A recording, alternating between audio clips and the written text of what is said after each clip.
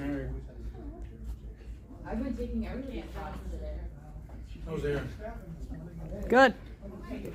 Busy. Yeah, no doubt. I've seen your Facebook post and what have you. So. Things are going well. Looks like you're. I have to say, I'm glad that Saturday's over. Oh. One other person and myself, people putting that banquet on. So that last week we can have. Went well though, right? It went really well. It went really well. Yeah, just lots of new clients coming in, so it's keeping me on my toes.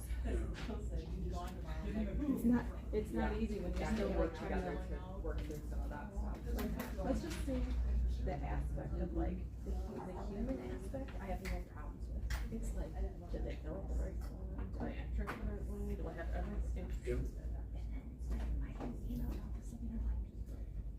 And it's to everyone, so it's not me. Yeah, when you, I just figured out that's the form and you know, it's like, I've been here 5 years and it still happens. You know, we were just discussing that. yeah, it's, like I say, I don't have any problems interacting or handling the situations that are coming up, but some of it's like, did I enter that and she just, sure. And I don't, I'm not very happy about that. The coalition has oversight. It's like they take over here's the manual, here's the manual. Like there's training that you have to take online to like certified to get like lobbying stuff. Yeah. But you still think, here's the thing, here's the thing, here's the thing. You have to use those three manuals. Are you kidding me? So it's kind of like you're just sort of editing. Yeah.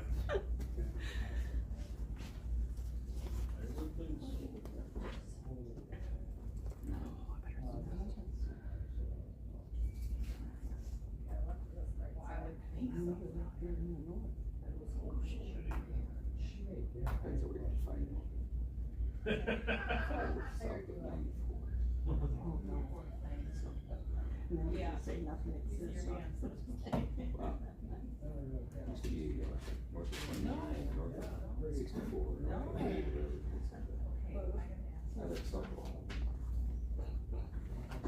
You're still in there. It's not too far.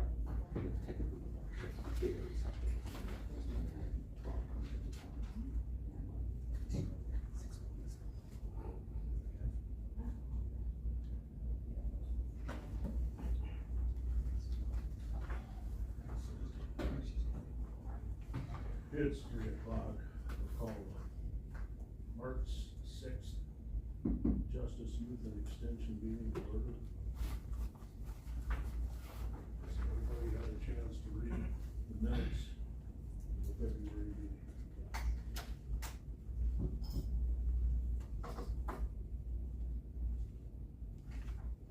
So, motion to approve.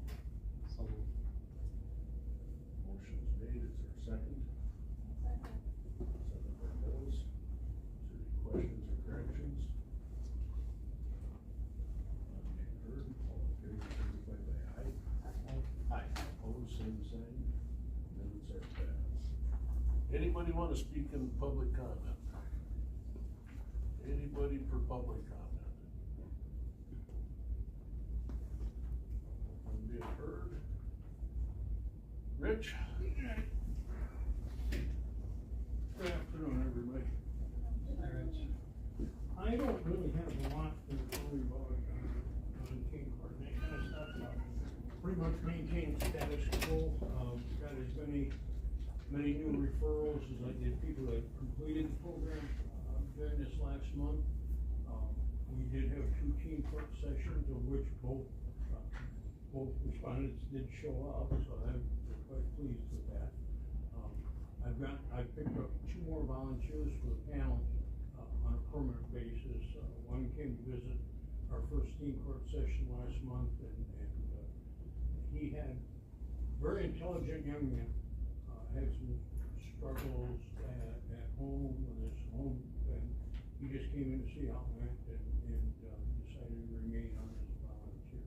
So I'm kinda glad to get him, I really valued his input, he's a sophomore in high school, and probably, from what I've seen of his insight, is probably he was in college graduate, got a straight A average, so I'm kinda glad to get him, part of the group, so, just a real good addition there. The other one was a young lady who also experienced some challenges, not quite that caliber, but she was pretty insight. So I'm glad to get both of those people as volunteers and pick them. We do have, during this month, I've got only one team for a session, and then we've got, the state brigade program coming in, Cheyenne McKinnon's gonna come in and do that, the last Tuesday of the month. And we have, vaping, as I've talked about in the past, has become a significant challenge with these young people going forward. So she likes to run with at least 5 participants, it looks like I'm gonna have 7. So I'm reaching forward, but the referrals I've got have been consistent with vaping. Now in the court docket coming forth this next month, there's quite a few young people that are in that, so I anticipate that's gonna pick up considerably. And then we've got some criminal cases that I believe will probably be referred to team court, some vandalism and things like that. So I think we're looking at that going forward. So that's pretty much where we're at as far as team court and team traffic. Like I said, on the docket coming forth with a number of traffic. Last month I was kind of surprised because in the last court session 2 weeks ago, or a week ago, there was 2 young people on there for traffic that were no shows for court. And I went, wow, if they wanna go ahead and pay the fine, but I had one mom come in and tell me that if her son's citation had gone through and not gone to teen court, that her insurance, car insurance would have gone up $150 a month. Doesn't take long to make up the cost of the ticket. Anyway, that's pretty much all I have for teen court.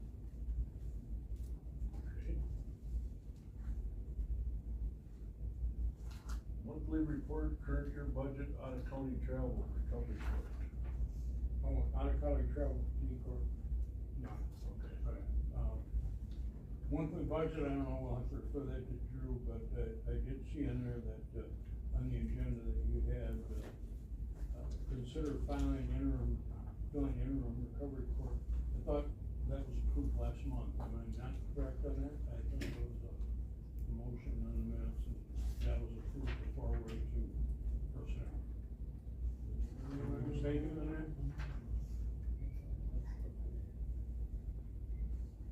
Actually, can you enlighten So, me? yeah, it says Yeah. to Okay. forward the interim recovery court coordinator to personnel. Okay, that was the only question that I had, as far as budget or anything like that going forward.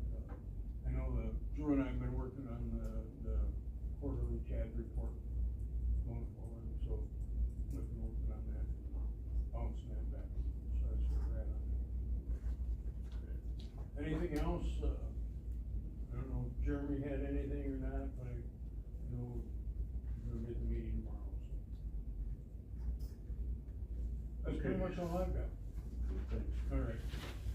Okay, B was taken care of, so skip that.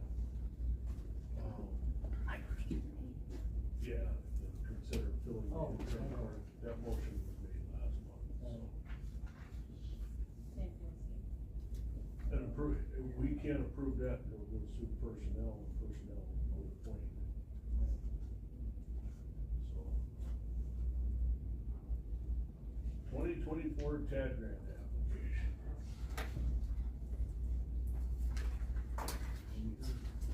Yep.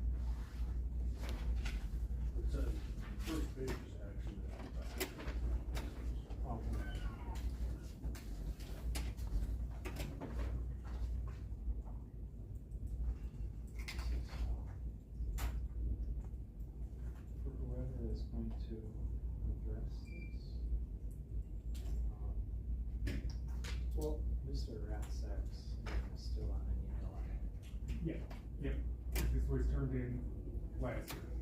And so what is gonna have to happen is we're still waiting to get the new version with the, new 24 chair thing. So we're aware of that, but this is the version we have. So I we are- just noticed that and I thought, Yep, yep, this version is still the same as the first version. we did make a few changes to it, yep.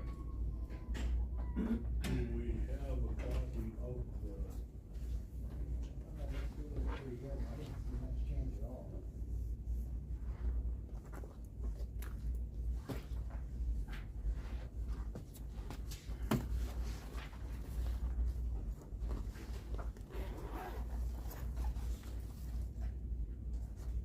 You got the on that.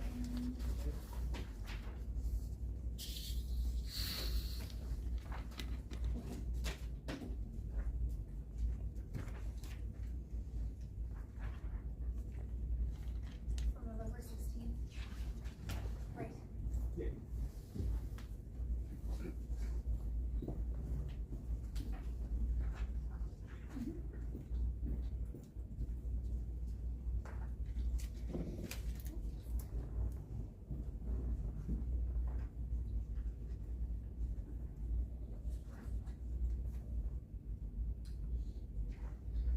The budget has primarily stayed the same, we made the changes that the grantors said we needed to make.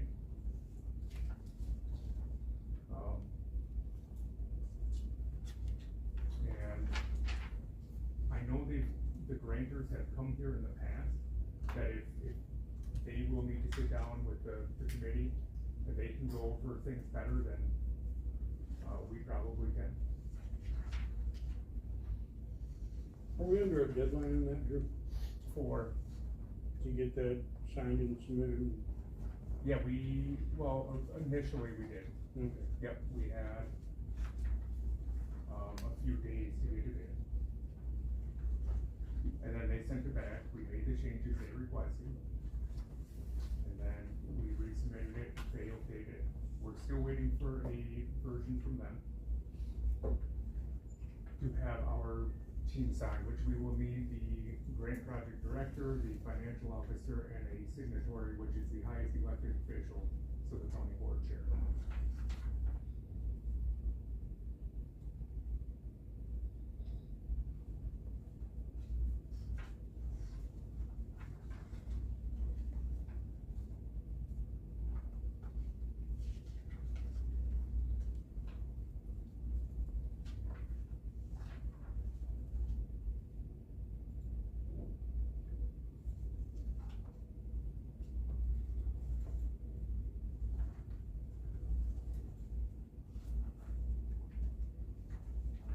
And then if the,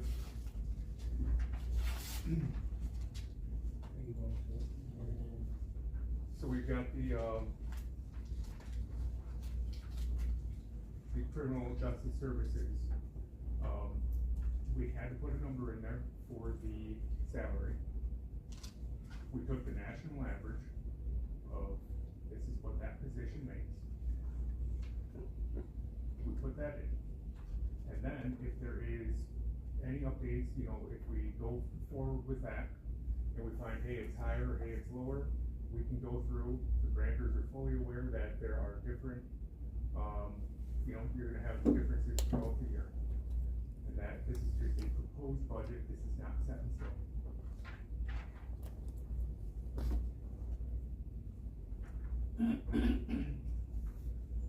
So that 22,089. That's, For which, were you talking about the criminal justice service coordinator? yes, Well, and where did that position come from? How was that created?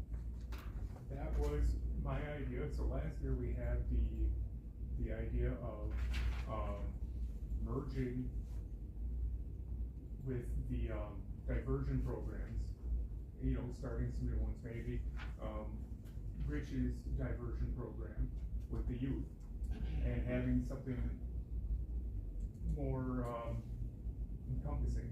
And I'll admit, I we had 3-4 days to work on it, and so I just went forward, not realizing all of the red tape it would take to move it forward. I wasn't trying to force anything,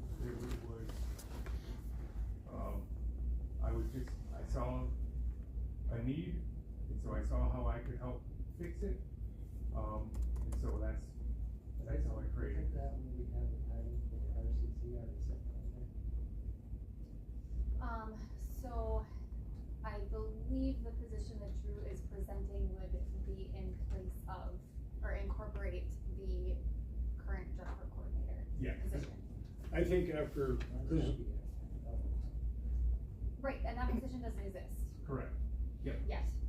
last month, this committee kind of referred that back to Ashley, Drew and myself, and we had a discussion on that, and basically, we have decided not to proceed and to leave that on hold at this time, but it's imperative that we get a coordinator in place, so we didn't wanna muddy the waters with the other position and to focus on getting the coordinator. Am I correct on, that's how our conversation went, on getting a coordinator in position, then perhaps looking at that at a later date? Yep, and so, since we made this budget last year, that was the thought at the time, but now, at this point, if, once we get the grant from the grantors, once it's signed, we can then go and make a budget edit to it, and we can go, hey, look, we've decided we're just gonna stick with a recovery court coordinator for the time being, and then we can adjust the pay, we can adjust everything to match what the current coordinator would be making. And then we would have more money for training, essentially.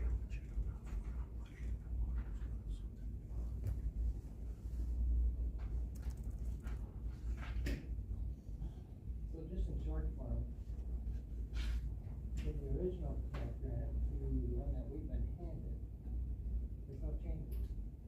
There are changes that the grantors wanted, and it was mainly just kind of, they wanted all of the budget numbers to be different. They wanted all to end, in a solid one instead of in change. They had a few, I think, other things, but I only focused on the budget portion of it.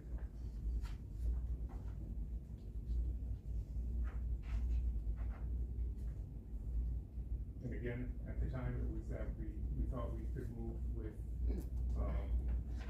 the criminal justice services coordinator or director, but it was, in haste, and I don't want that, I want it to go the right way. I realize that there's more checks and balances that we need to go through at this point.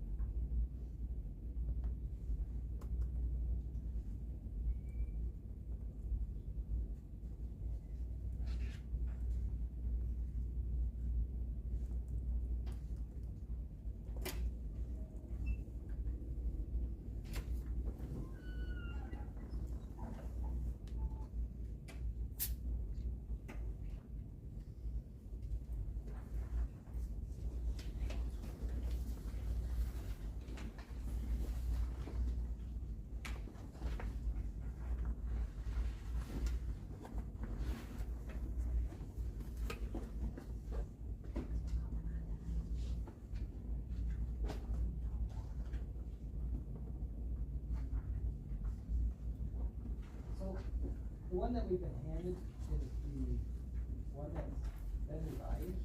Yep. I just went through it here, and the numbers are all the same. Yeah, the budget didn't change except for the things that the grantors needed. Cause I believe the only thing, I mean, I've had a problem trying to get okay, I'm good with this, when there's stuff on here that's not even posted on here yet. like what? So we got that criminal justice services coordinator, right? Is that the question, I guess? Which is non-existent at this point. Correct. So that's not existing, Oh, so that's yep. like 15,702 sitting there. Yep. I know that some of the sheriff's department investigators, jailers, a lot of this stuff I have reached out and talked to, they're not on board with all this. Correct. This is a proposed budget. This is a, you know, if we can get everything going and working and proper again. So at the end of first quarter, what's gonna have to happen is, and Crystal might know this better than I will, we're gonna have to take, here's what we proposed for the first quarter versus what actually happened.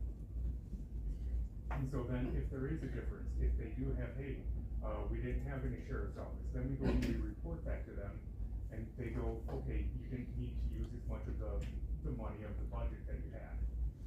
And so then by having less money spent in, that means less of a match that we have to make. Unless it is matched, and then we might have to make it up somewhere else. But you know, so if you have, every week, we've got the bailiff there for 1 hour. If there's somebody who's sick, it's not a lie, it's not that we're not being truthful, it's, this is the best case scenario.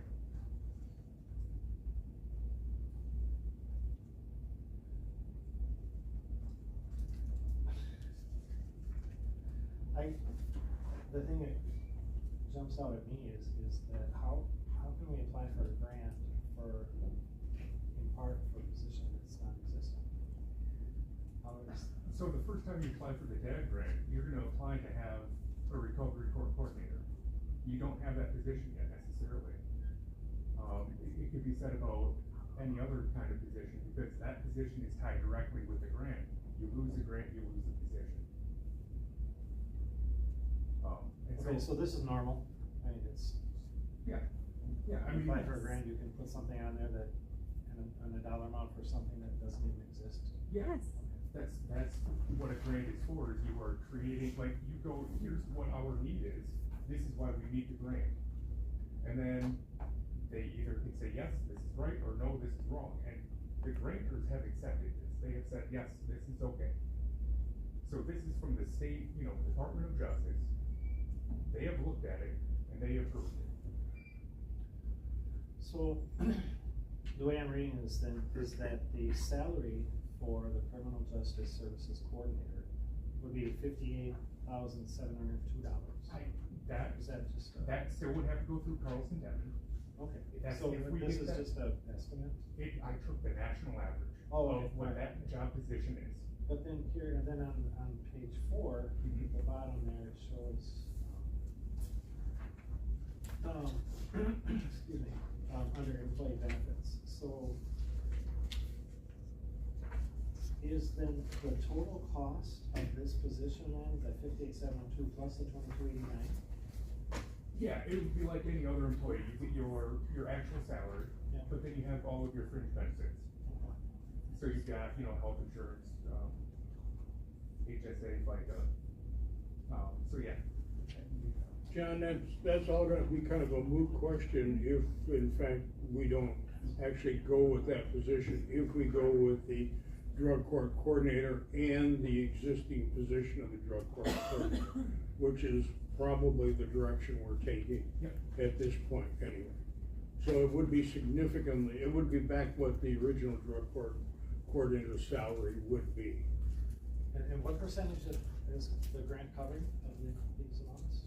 So, This position? of the grant, I believe is covering the full cost of the position, but we still have to have a total of 25% match. So the grant value that they are giving us is $122,000, we need to match, $41,000.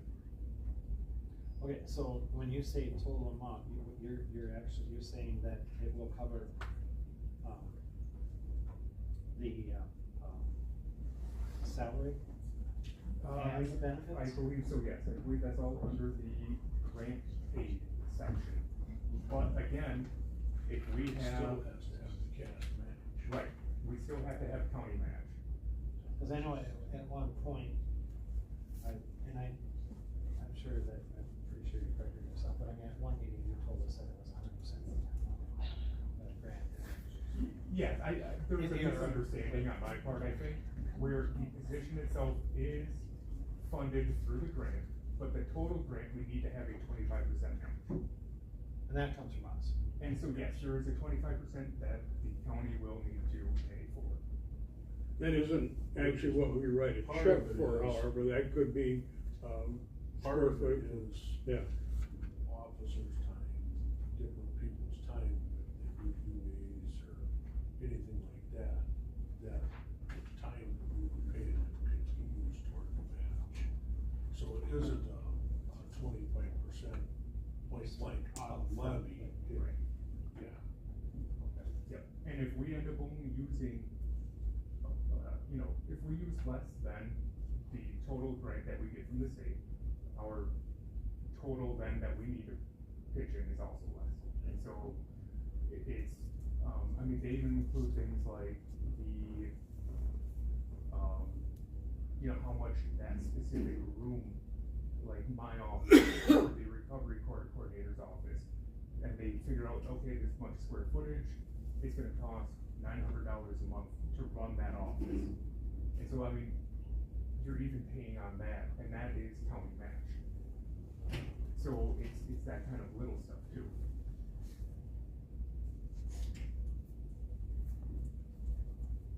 Any more questions? I guess my frustration is asking for a rebid of what this money is gonna be allocated to. And I've got the same version sitting in front of me. And I know you say that you made the adjustment. I made budget adjustments, but I was told by the recovery court team essentially that Who's the recovery part team? who's currently on it? Well, you're talking here, Yes, yeah, our which would be Judge, the CJCC? no, No? I think Jeremy, you're on it, aren't you? It's really Mr. Gauger, it's Drew, it's the judge, it's the public defender's office, Mr. Nussberger is a community member. Can I just say something quick here? A couple things. There's really two tasks at hand. The TAD grant budget is one thing. The budget from the DOJ is just what you have in front of you. You speculate what you're going to use the funds for. I think one of the difficulties is if the direction of the recovery court is to not go with the CJS position, then I don't know if, Drew, you could go in and remove that, because essentially what you're asking then is to revert back to the recovery court coordinator. That's the data that should be on that Yeah. document. Sometimes once you submit it, you can't change it, okay? Yeah. And so, we can change it once it's signed at this point. so it's really just the intent of what the grantee is asking for that allocation to be spent on, okay? So that's one thing you guys have for consideration. The other thing is, if you're going to, and this probably will be more of a personnel issue tomorrow, is that if you're asking to either interim fill or full-time fill the recovery court position, coordinator position, you have to go back to the why that person's not there now, okay? Not why that person's not there, but what has arrived at this point that we're asking for an interim coordinator, okay? And again, that starts and stops with you accepting the grant. So if you don't accept the grant funding and those types of things, everything else is a moot point. So you'll have to, those are the two things that are at hand, but it really starts and stops here. And in that position, the recovery court coordinator position is a Carlson Detman graded scale for us right now. And so that's, those numbers can be on there. It doesn't have to be the national average like Drew did in good faith. Because you're not asking for that position anymore. The update is you wanna have, just revert back to a recovery court coordinator and go from there. So, sorry. But the AMSOs, the indirects, all of the things that go into a budget is just what you said, Mr. Caleb, is or Mr. Kudo, the cost of the room, the indirect cost, that's not just salary. At the end of the day, it's 75% grant funded, 25% of every dollar you spend is going to have to be county in kind or match requirement, that could be levied or whatever other funding stream.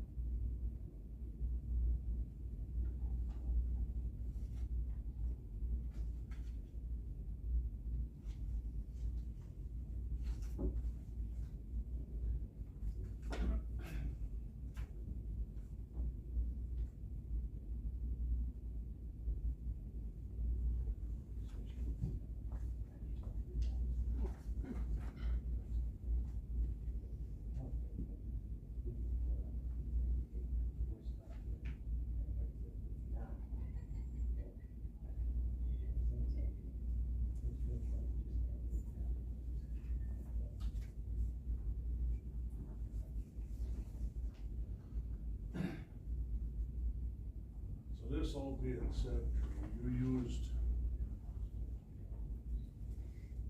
a national average in there for wage. How does that compare to what we've got as a coordinator now, wage-wise? It's slightly more, I think it was $3 or $4, maybe $5 an hour more, but it was in, the new position was also going to incorporate the CJCC coordinator, and we backed off of that idea for now, because, it could be, is that too much work for one person and whatnot, and so, the idea is to go back to, you need a recovery court coordinator. The most important thing is, for our team, is to help those people in, our program. And helping people stay sober is a lot more important than trying to get a new position going, and so that's why we kind of backed off. I believe it's grade 12, 24, 57. It's the same as our social service worker staff. So I think it's grade 12, step 1 is $24.57. And that equates to about 80,000 total with a full benefit package. You have full health insurance, family health insurance, and then all of the payroll taxes. It's about 80,000, I'm guessing, but it's about there. Maybe a little more.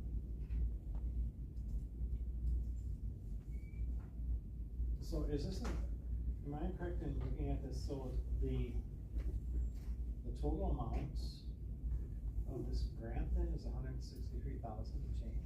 Yes. No. No. That is with our match. That's with our match, yeah, so. The total amount of the grant is what, 122, 123? Change, yeah, 122 and change. Okay. And the additional 40, that's our match? That's our match, yeah. Okay,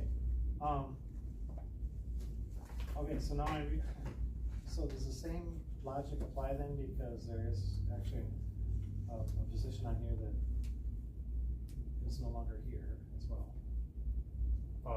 Which one, I guess? Riley Cummett. Yep, correct. So that applies just the way, like you said, this is not existent now, but basically, so you, Right. when you wrote this, he was here. He was here, and in theory, we were, we're hoping to get people back on the table, back to the team. And so, it's really just, this is what we hope to see. And then, of course, at the end of every quarter, we send in our fiscal report of, here's what we actually spent, and here's what it on. And we can change anything we need at any time, of course, as long as we keep it within budget, of, hey, there's a training that we just found out about, or, there's, a lot of it's gonna be trainings, really, is what it's gonna break down to. And to my understanding, correct me if I'm wrong, Drew, we do not receive 122,000 and some change from the state.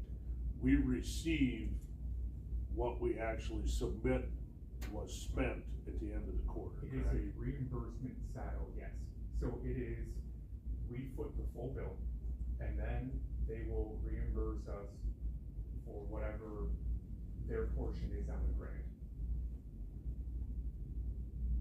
So that come out to 75% then? Yes, it will. It's just how the money's dealt with upfront.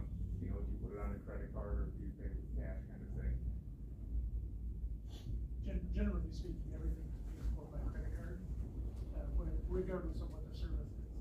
And then as a result, those bills are taken and then sent in. If either Gears or, I don't know what system they use, Gears or Cars, and you can.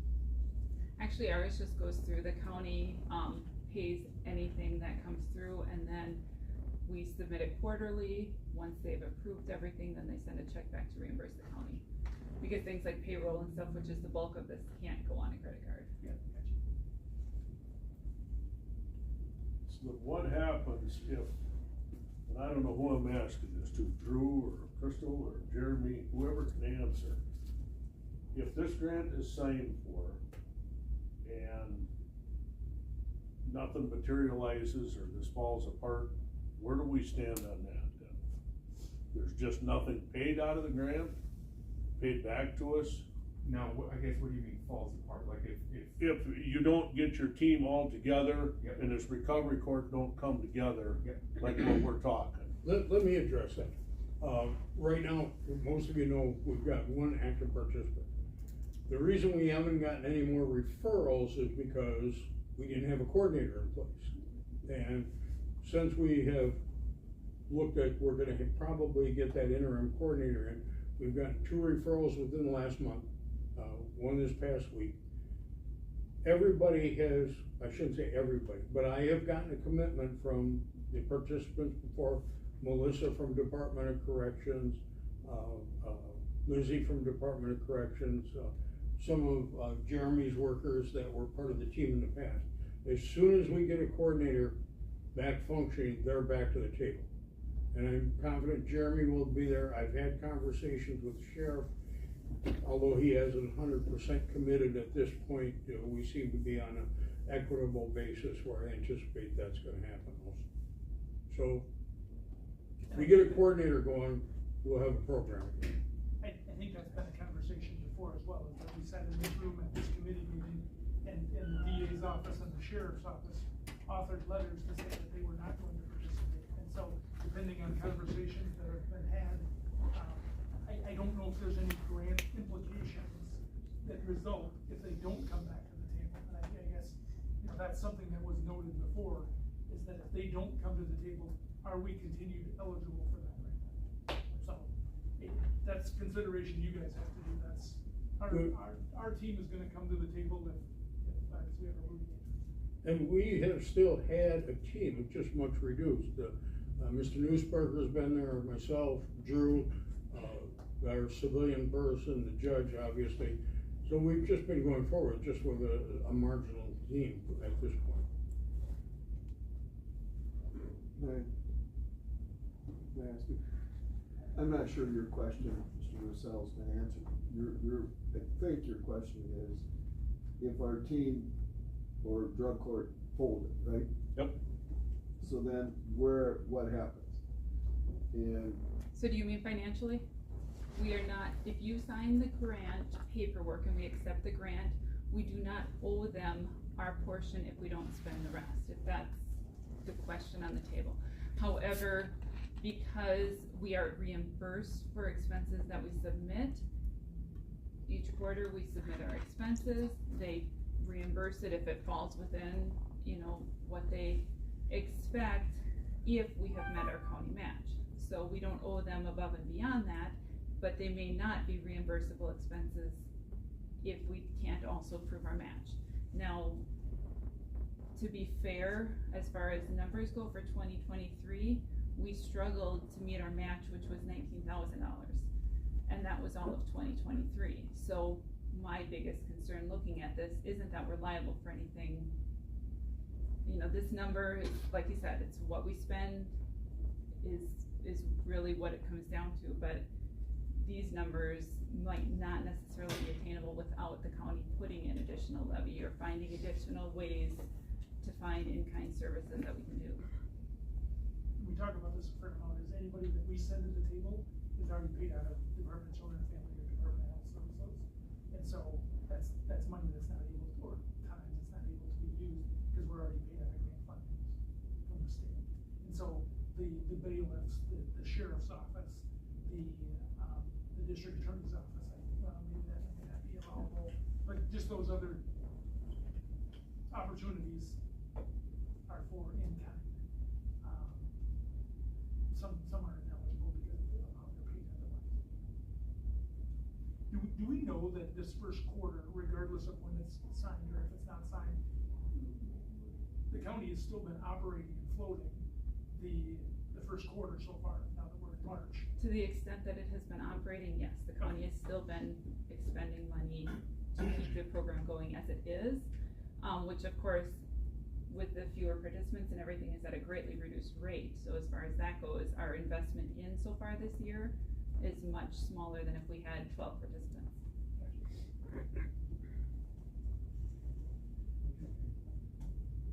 Sounds like we don't have nothing to lose by accepting it. We have to make sure whatever we do carefully so we don't end up with matches that we aren't budgeted for. That's my concern. But we only will be on the hook for what we approve, provided we follow what we approve, right? So if we put in $60,000 or $80,000 for that position, we don't have to create that position, we're not on the hook for it unless we create that position.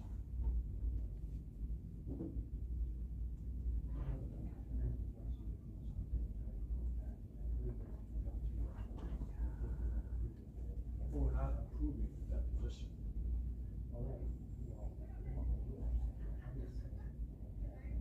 But we're not, it's a reimbursement grant, it isn't a grant we get, so if we don't spend it, it isn't there. Yeah, and Terry's saying a better way than I did, so we gotta be careful what we spend, so we only spend what we know we can get reimbursed for, or that we wanna spend. Yeah, I think there's issues before, in my opinion, it's just my opinion, before we create a position where we gotta figure out some issues to make sure we get the thing for a month for that position. But why burn the bridge with one year part of the funding? And plus, even if we don't spend this year, it probably keeps us a placeholder for next year, probably helps our cause next year's that. There is a cycle, so you've got, 1 year's competitive, which means you have to actually vie for a position to get this grant money. And then you have 4 years non-competitive, where as long as you fill out the grant how they want you to fill it out, you will get it for those 4 years. Am I understanding though that next year we are competitive again? I guess I don't know the cycle, I don't know if it's next year or the year after, it's one of those two, I think. Does it, Crystal, do you? I'm not sure exactly which year it is, but I do know that we do run the risk if you were to say not sign it this year, we would not have the option of reapplying until the competitive year. Well, what year was the drug court coordinator? When did it start? I'm sorry, Carrie, when did it start? Like What? 2013, but it didn't necessarily start on an even year. It can be changed. Yeah. Not yeah. rewritten, but stuff can be changed within. Yes, this was a preliminary, this was a rough, it's essentially a rough draft that they accepted, where you go, this is how we hope to spend the money. And you can go through with the grantor's blessings, we can go through and we can change anything that we need to, in here. Like if we find out, hey, there's a brand new device we need because it's guaranteed to, keep people sober. We could then go through and write in, hey, we need to buy at least one of them. We could go in, we could buy this device then. We would have to change somewhere else in here. We'd have to go, okay, well, we can't have as much MRT, or we can't have as much, something else. But as long as we have that cap of the 122,000, we can do whatever we want to inside of that money. We can mix, we can match.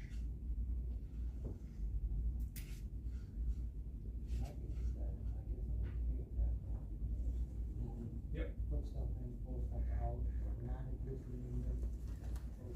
Yeah, and so that's the thing is with the. As long as it falls within grantor's criteria. Right. Exchange. Right. We can't say we're gonna go build a park with this money. Right, no, right, I just wanna make sure that it gets put to the right places for the Yes. right reasons instead of being spent for this. Yep. That's my whole concern here about saying yay to it, because again, there's few things are questionable.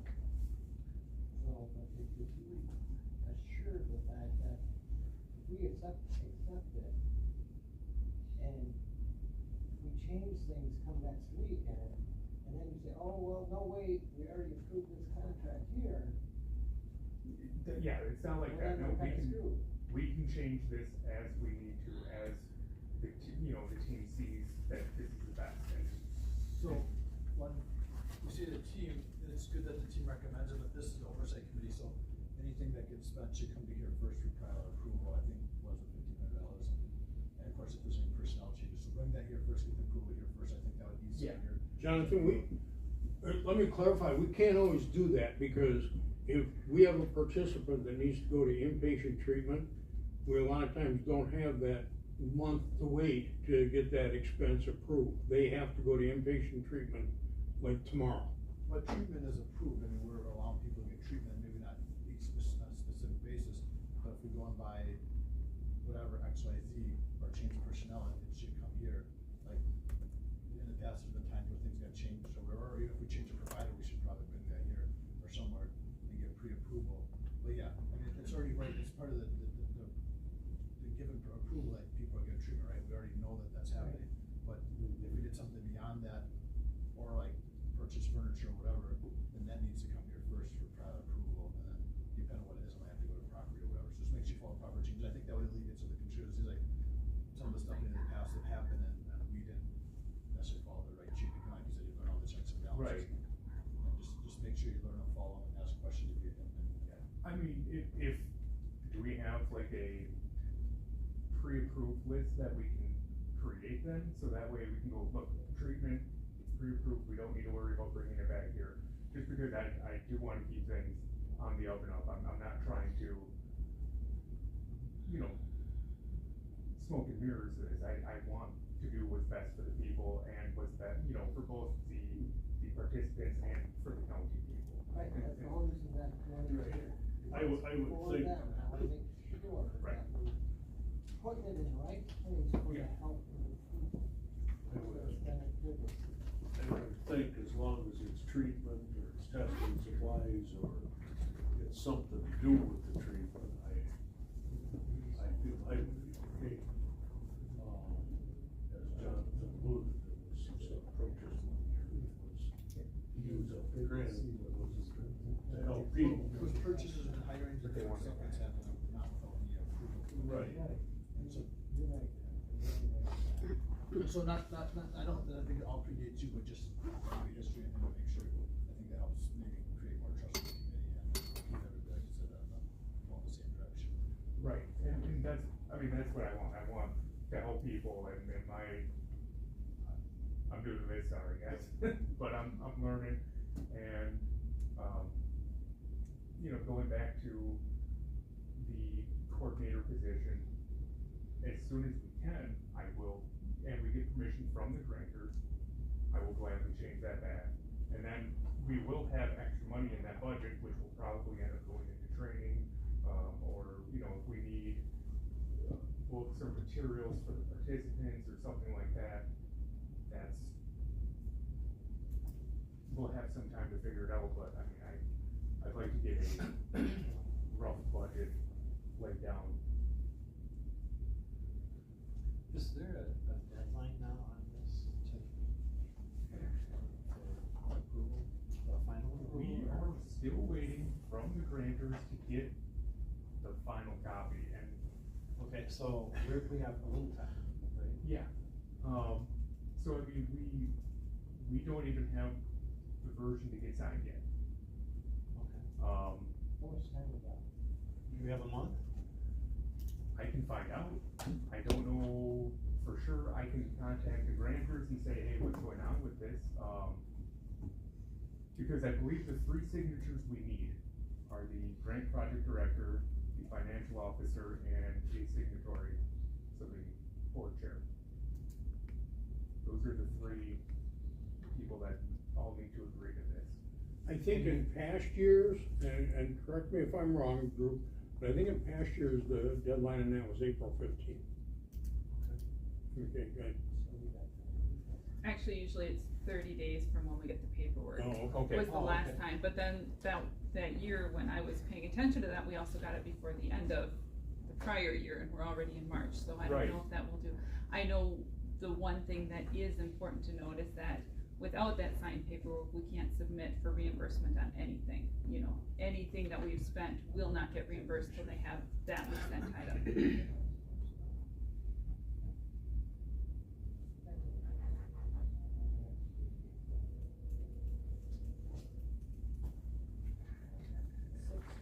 With that, okay.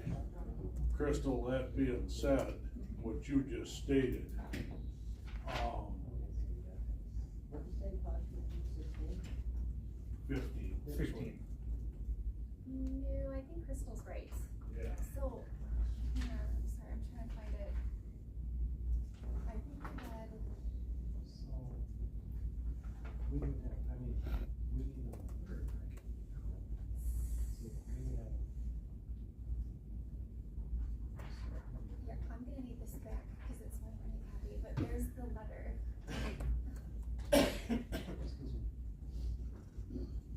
We would have plenty of time there if we chose to. Wait a minute.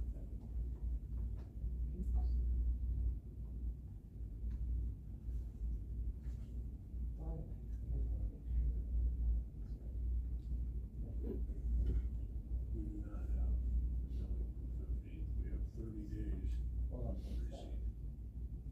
From the receipt of when they returned, right, for our signatures.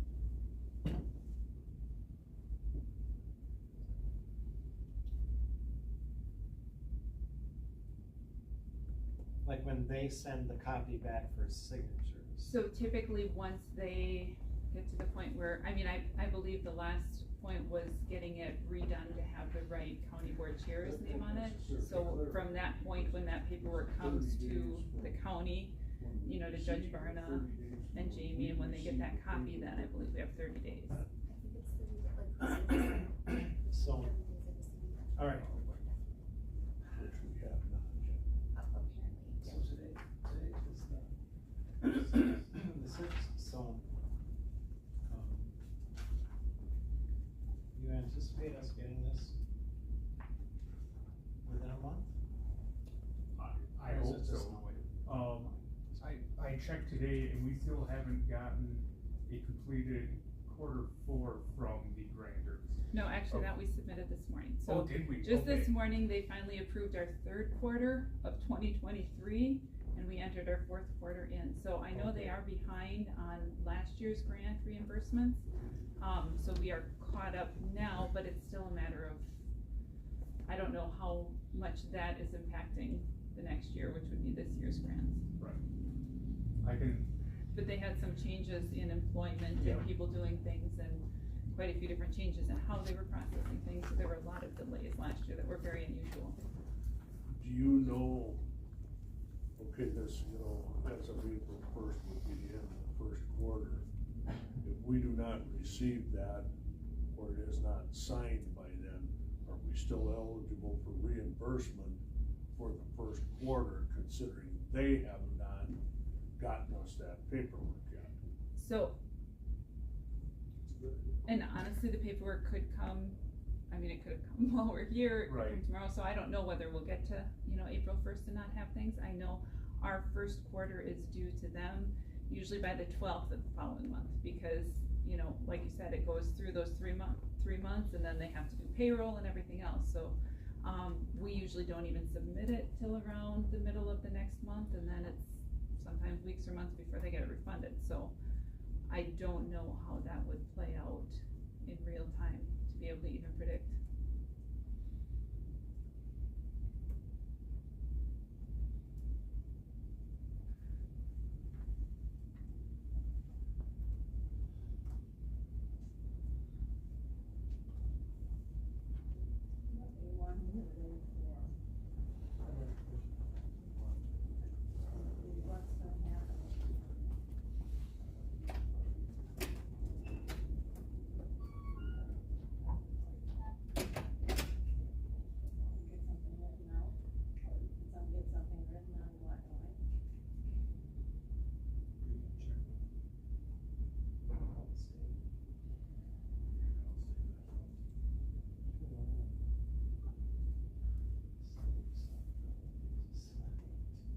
You know, this thing.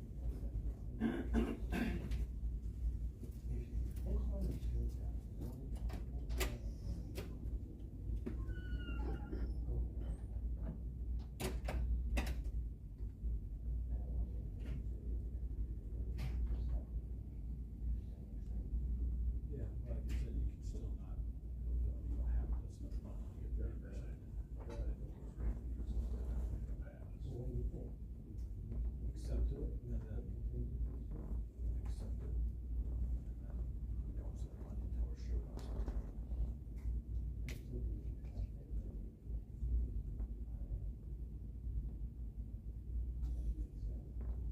I think the contingency's already there though.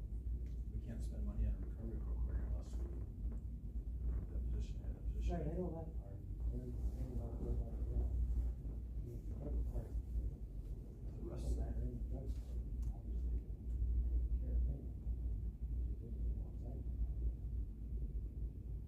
Most of the stuff in here is either reimbursement for labor or wages for positions, for the conference. Testing supplies, consultant supplies. And incentives. Yeah, so still good opportunity, right? Right, so I don't think they ever received a directive not to be spending money, so I believe expenses are being incurred right So now. if we don't get our grants, we're gonna get 100%, not 25%. Correct. So even if, say we apply for 120,000, we only spend 20,000 because we're doing the bare minimum, we still want 75% of the 20,000 back.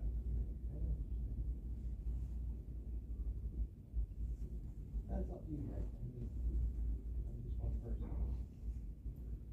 Is there any further questions? So we present to sign it.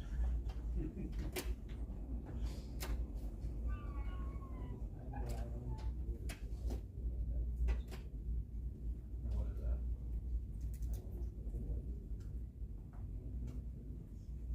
I got the same contract. It's not my job to write this. It's supposed to be rewritten. It's supposed to be the contract that was allocated for. I have the same exact contract. Do they want Do we wanna recommend a change? to, want to be here for a while? We have to call a lot of people and figure out the whole thing. Well, he said he can modify it after quarterly modifications anyway, so we can modify it if we need to down the I road. wanna make sure that though, if you wanna make that with whatever you decide on. Well, as we just talked about, there should be no changes I unless he told, comes first. and I give it the same now, and I've been told to do outside and make it pink. Just because. So, I'm just saying, do whatever you want, I'm just one person. I do know we can modify it. Yeah, that's better. Is there any further questions? I'll make a motion to approve it. Motion's been made to approve. Is there a second? Seconded by Lois. Are there any further questions on the motion that's on the floor? So all I have in here is to approve the 2024 CAD grant application. Is that what you need, Drew? Yeah.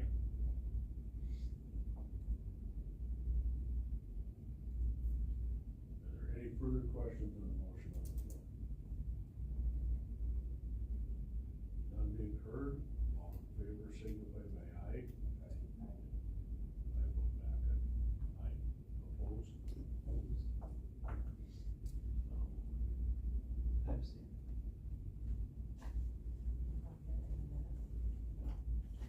Roll call. I think that's how I'm voting. Yeah, you should. Motion does pass, the 10 grant application is accepted. You don't want to, nothing to change.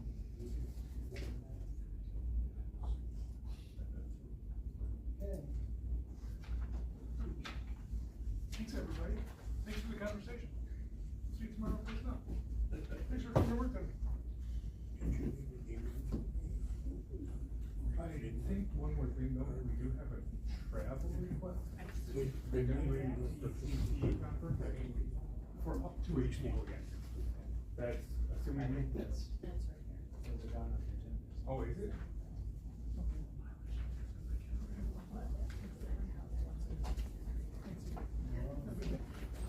Say that again. Oh, that's right.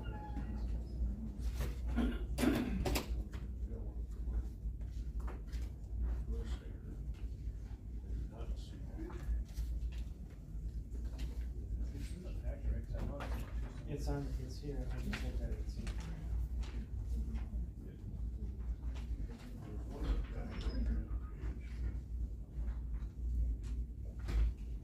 It looks like this. Yeah, it's right here. Maybe that's why it's out, This conference, so we'll say this.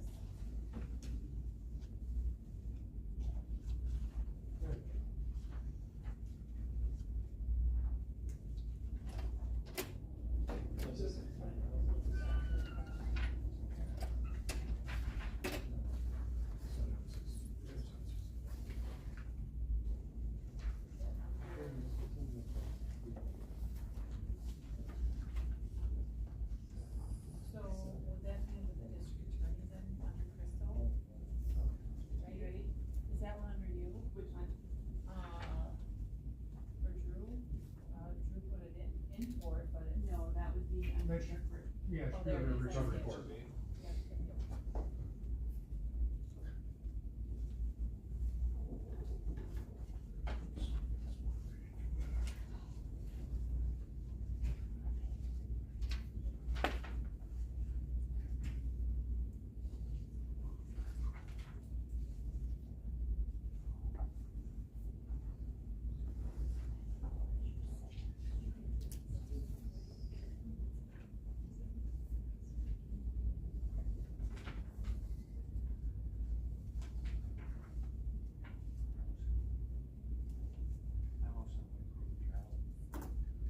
Motion's been made to approve the out-of-county travel for the WATCP conference. Second. Seconded by Mr. Taylor. Any questions? That'll be reimbursed by the TAG grant, but we still have the 25% cash match, correct? Somewhere along that. I don't remember if that was county match or if that was.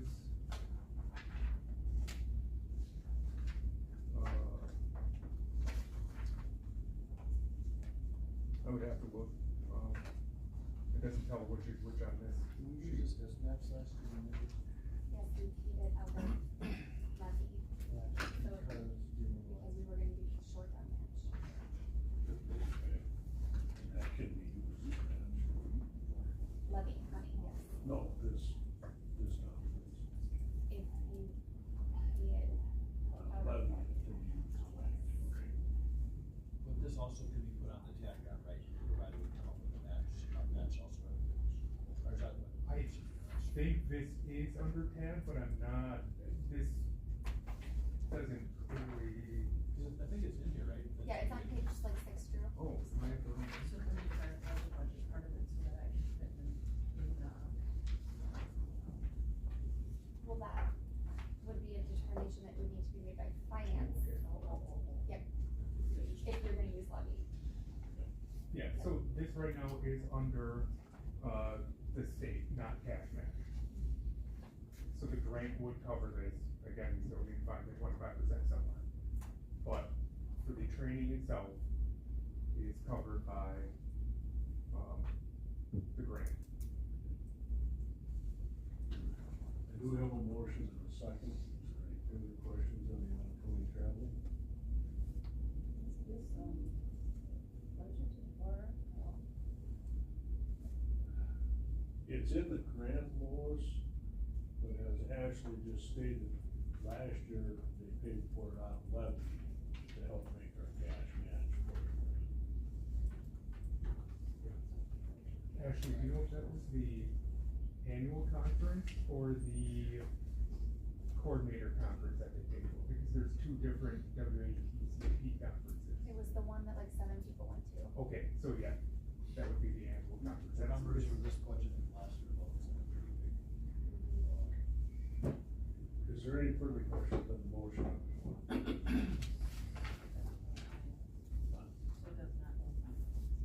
That's up to this committee, if you want finance to consider the funding source, that's up to you. I have from the CAD grant, that's been in it. Yeah, I think that's what we want, right, we got, I got paid for it. How did that go last year?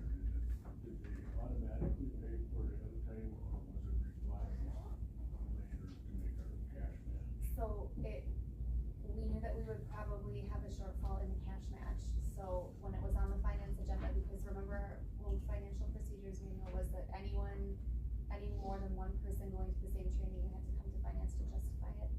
So that's why it came, and then the finance director suggested that it be paid out of levy, so because we knew we were gonna fall short on that cash match. So those were the circumstances last year, Okay. but not in prior years. We're gonna manage my business. Yeah. Is there any more questions on the motions on the floor? None being heard? Excuse me, all in favor, signify by aye. Opposed, same sign. I'm sorry, I'm to say in favor, aye. Okay, motion was carried. Crystal, have you got anything for DAs? Yes, so I emailed out those numbers, everything. Basically everything is consistent with last month. Our DA, however, did leave as of February 9th, so we do not have any current full-time prosecutors assigned to our office. The governor has not yet made any kind of announcement as far as appointing someone yet. But we do have special prosecutors filling in with court and day-to-day activities to the extent that they can. Is that, when we've got special prosecutors filling in, is that covered by the state, or is that gonna be covered by It county? depends on individual things. So right now, the main one we have filling in Ellen's absence is Tom Cody, and because we are completely without a DA or an ADA, the state is completely covering his expenses. So he is no cost to us. He initially agreed to be here for 3 weeks, and he has extended that a few weeks at a time. So far, he does not have a specific end date for me, so we're hoping it will, keep things in motion until we find out what the next plan is. However, there are other special prosecutors still, even from previous, we had other conflicts in the office, that we are still going to see, like mileage and things coming through on those, so that budget line still is probably going to be exceeded this year. But not to the extent, so as long as he can stay, it's a good thing, because he is our cheapest and most efficient to have one person handling the majority of things. He retired from Racine quite a long time ago, and he, before coming here, he has actually filled in at other offices under the same circumstances when they had no one. So this is kind of normal for him, but he intends it to be short term, so he will be happy for us when someone appointed or hired, so.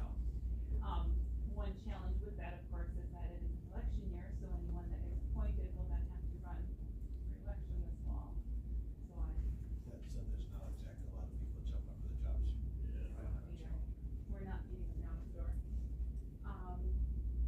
Beyond that, our budget, right now, we had a jury trial in January, actually we had 3 of them, and one of them was a multi-day with quite a few witnesses out in the area, so we did already exceed our budget line for witness fees. But that's always a variable, we may not see that go up again this year, or not, that's kind of the only spot that's a concern right now in the budget. But I mean, we're still at like 2,000 over, it's not excessive, and there was no way we were going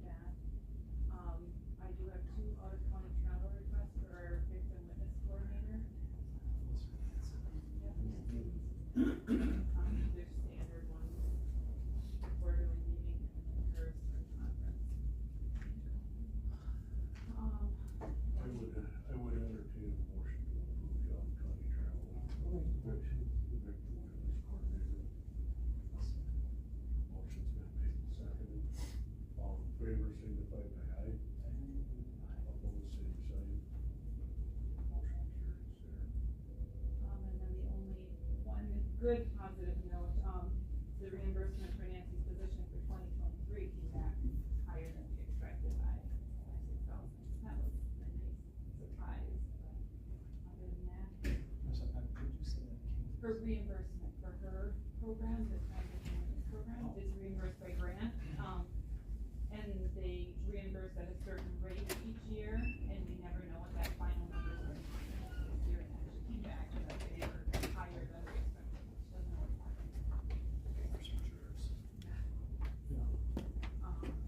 Yeah, and that bill, any questions on it? Anything else?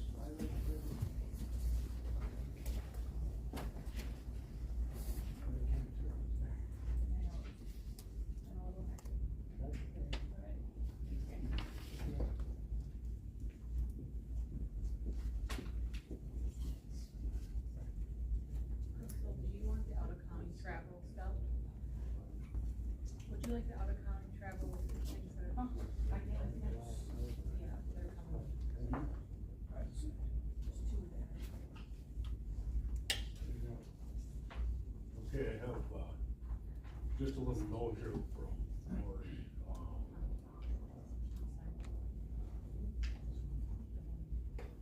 She's got two, okay, she's got two. Oh, Thank you. they're all over there. That's it. Thank you. I have a note here from Lori Singer. Based on her court schedule, she won't be attending today. No updates, this month on my end. She has a lot of county travel request here. The 7th in Barron, and From before. This is from before. yeah, The one is from February. Yeah, it's. I don't think they're. so everyone's. Motion's been made, is there a second? Seconded by Wallace, all in favor, signify by aye. Opposed, same sign. County travel is approved. You have done.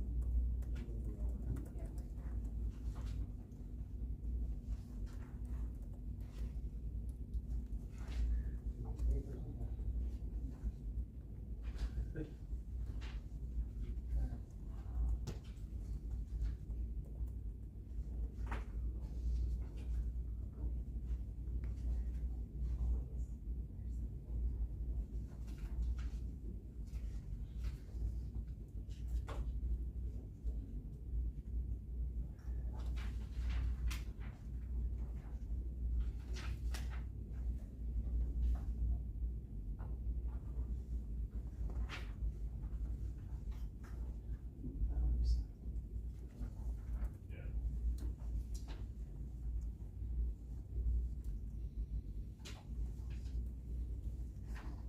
Okay. Charlene? Yep, and others are here too, but, just a few things that I have for extension, I'll turn this video on here so you can see. I sent out some updates to all the 4-H leaders, and, I am down to 5 leaders needing training. I started at 30 and I'm down to 5, so I'm super stoked about that. And then County Government Day is happening April 3rd. We're kind of keeping it the same, tweaking it a little bit. And we're ending the day with mini donuts from the fair. So super cool day, that will be. And then, how many of you have ever visited the Extension website? The local one. Okay, well, all right. So, you're all now, here, rusk.extension.wisc.edu. Anyway, these came out, Bridget brought me them yesterday, and they are super cool. I get a lot of, what's this insect? You know, I need a soil sample, you know, it's that time of year, you know, so I give out what I can, but ask an agricultural question, plant health. So if you wanna know what that leaf is or whatever, there's things. So I don't have a lot of these, but I have little mini cards if any of you want one. So what I did is I just scanned them in and I threw them on our website, and I'll leave this on year round, but just say you click on Ask an Egg question, this is where you go. Here's the flyer, I just scanned both sides of it, so it's on there.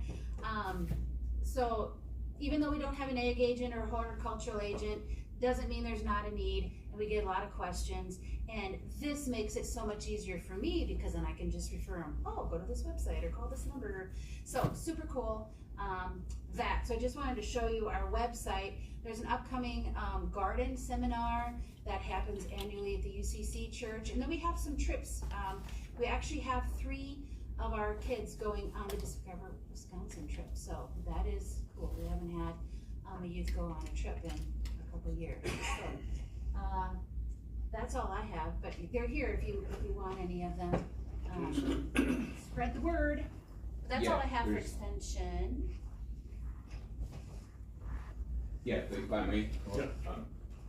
I think they're next on the agenda under food wise. So, good evening and thanks for your time. My name is Jason Halstar. I serve as assistant dean, and I work with Lori Beltrusis, who's on vacation today. And so she had asked me to come up and walk you through a couple, I guess, requests or asks and updates too. So, thanks, Jeremy, for kind of kicking us off with some of those things and emerging things. So there's a couple things on your agenda. And the first one is the item B, and I think that's maybe where we're at. I don't know if Mr. Chair, is that right? And we're gonna start with B? Mm-hmm. Okay. You're correct. So, I had a conversation with Lori, and it appears at your last meeting, so your 4-H position is vacant currently.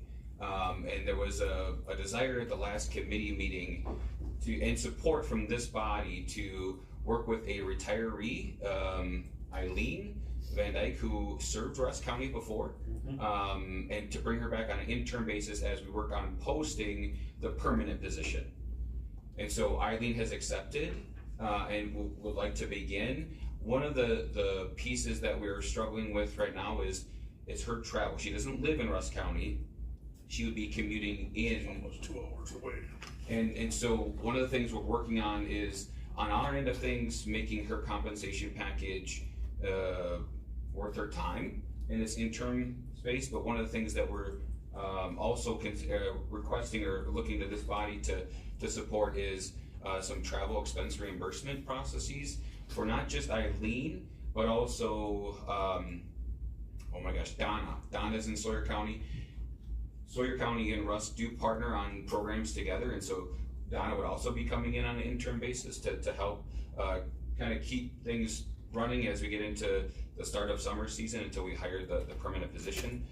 The request, I guess, and Ashley, I don't know, I know Lori and Ashley talked about this, and maybe I'm overstepping and I apologize, but the hope is to use funds that are already in the budget under contractual services, which would be for the 4-H staff position. It is currently vacant. So right now you're not being charged for those services. So it is already budgeted. What we are hoping is that we can reallocate those dollars that you're saving and reallocate them for travel. So it's net neutral budget, but moving from contractual services, and again, I have not seen the budget here, but contractual services line item to a travel line item, and allow for reimbursement of Eileen's travel into the county, same with Donna, to serve the 4-H members in the program and work with Charmaine and the group. We don't know what that could be like. I mean, there's $6,000 roughly of savings thus far. Do I think it's gonna use all of it? No, but it depends on if she comes in, she stays overnight, and then, you know, because what it is would be roughly 2 to 3 days a week in the interim, and there may be an overlap even of when the new educator starts to when Eileen and Donna are coming in. Again, all budget neutral, but it would be reallocating dollars within that budget. So that's the gist of, I think, the item here says approved mileage for interim 4-H and the community development educators. That's 2 different people coming in to help. Okay, Ashley, unless I miss my guess, we would refer this to finance Right, so, but this committee has jurisdiction over the budget, so you need to decide if you're okay with that transfer happening, and then yes, refer it to finance, because they would need to okay the line item transfer from wages to mileage. Does Sawyer County put anything into the travel? They do for Donna when she's in Sawyer County, but Donna would be coming into Rusk County, doing Rusk County business. And I think that's the ask. So Eileen would be coming into Rusk County to do business, and so that's the ask. So this is mileage only? In expenses, Okay, if I, correct me if I'm wrong, Jason, or Ashley, either one of you. The wage that they would be paid, we're already contracted to, am I correct? That would come out of our contract with the state. Correct. But the ask is to take some of that wage and allocate, to mileage for Eileen or for Donna. In other travel expenses, if I may, Mr. Chair, that would be the thing. So if Donna, not Donna, but if Eileen, she lives in New Richmond, she's retired, she lives over there. So she would be coming to Rusk County, and cost benefit analysis say that she's not gonna drive to Richmond back and forth each day. But if she stays here, she's got a night program with 4-H to stay over the night and then be in the office the next morning to compensate a overnight stay as well. But again, it would be budget neutral, utilizing what's there. I don't know if it's all gonna be spent or what does that look like. We don't know until we get into that, so. So currently, there's $37,400 budgeted in the agent's contracts line, and so they're just gonna create another, maybe possibly move money from there into the travel line. Right. Correct, so right now, every month, you take that 247, that whole contract for that one FTE, over 12 months, so it's roughly $3,200 a month, or whatever that is. So the first 2 months here, January and February, have been vacant, so that is not gonna be charged to Rusk County. That's at 6,000 and some change. So that is, we're saying, using some of that's already being saved and reallocated for travel, again, budget neutral, to help bring the people here. To Terry's point, yeah, we irrespective of what the budget says, if we pay Eileen whatever wage, over and above our normal wage, we incur that, extension incurs that. We're just asking for a little bit of support on the travel to get those people here in an interim basis. Eileen knows the benefit from my perspective, and maybe, sure, she knows the program. She's ready to go, like she's been there, done that before, and I think that's the asset that she brings in. The cost benefit analysis is, supporting her travel mileage to get here, to do it, to get in, get it done, and then we hire the next person, which is on the agenda for today as well, of the request to fill and moving that forward as well. Are you lost or? Well, you did, and I wanna know, so you're asking for mileage and lodging and meals? Yes, potentially. Again, I don't know how it's gonna play out, but yes. Okay. Travel expenses, which And that would be, and we would take those funds from the 6,000 that we didn't use for the first 2 months of the year, because we don't have individual. Correct. position at this point. Yep. So. Okay. For a motion? Yeah, it's something we've done in the past. I forget when Eileen was here last or before. Oh, yeah, something like that, yeah. And then I would move a motion then that we pay for travel associated for the individual coming here, or one or the other, right? Would be both potentially, I mean, that's right. Both coming at the same time, or? Potentially, I mean, that's the thing, depending on the work of it. So Donna, summer camp is what Rusk County partners with. So if Donna's coming to Rusk County to a training from Sawyer County, that the work is Rusk County based. I doubt that Donna's gonna be using as much as Eileen, but I just wanna make sure that it's both staff members potentially have access to that, if needed. So Eileen has a 2-hour drive? Correct, yeah. And then Donna is Sawyer County. in Sawyer, Yep. so she does not have a 2-hour drive. Correct, that is correct. So- Yep. It would just be mileage for Donna, yeah. Okay, cause she would not have to stay. Yep, correct. So, alright, so I would then make a motion for us to use Forward to finance. Forward to finance. well, I didn't tell anyone to approve this here. Right, but, and for, approve and forward to So finance. approve the travel, lodging, associated expenses, meals, for Eileen and for Donna. As they fill in until we find a person to assume that position, and also the forward to finance for their approval. Okay. Motion is made, is there a second?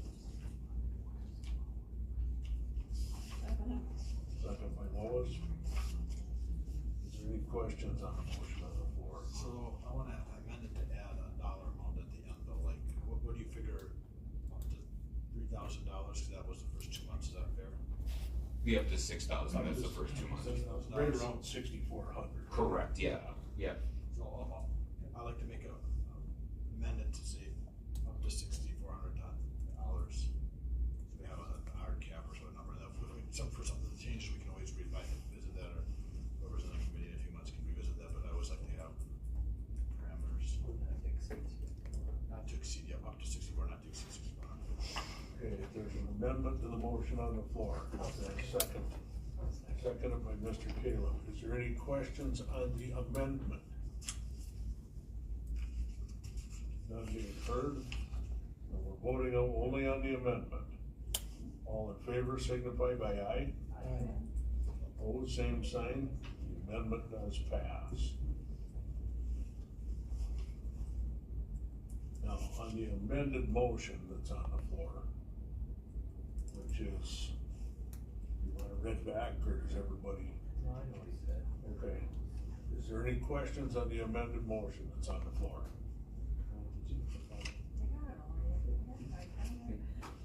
None being heard, all in favor signify by aye. Aye. Opposed, same sign. Motion carries.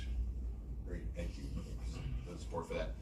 I don't know if C is that line item transfer, is that part of 2 then, like, hey, so that's already taken care of, I wanna make sure that I'm not missing So we something. need to, I think there should be a separate motion, okay, that's why it's on there.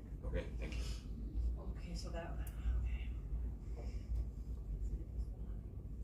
So this is that referring to? yeah, I'm letting Connie get caught up here. no, so, cause you approved the budget line item transfer, correct? Yeah. No, we haven't yet. All we approved is to Gotcha. pay for mileage and, yeah. Okay, got it. Are you ready to move forward? Go for it. I would entertain a motion to approve a budget line transfer from, and that would be, I just want to clarify something. Oh, from 251. go ahead. This is approval of, so we're transferring that, basically that $6,400, we're gonna transfer that to Well, whatever's needed. whatever's needed. Yeah. Okay. Well, if we do a budget line transfer, we probably have to do 6,400, and the previous motion deal how it was spent, correct? Because you can't, do a budget line, you can't punch up like a question. Right, no. How would you want that word? I didn't hear what you said. So, the first motion was to approve up to 6,400 for travel expenses. Now this motion is up to 6,400 ambiguous, right? So this motion would be to transfer $6,400. We might not use the whole $6,400, but.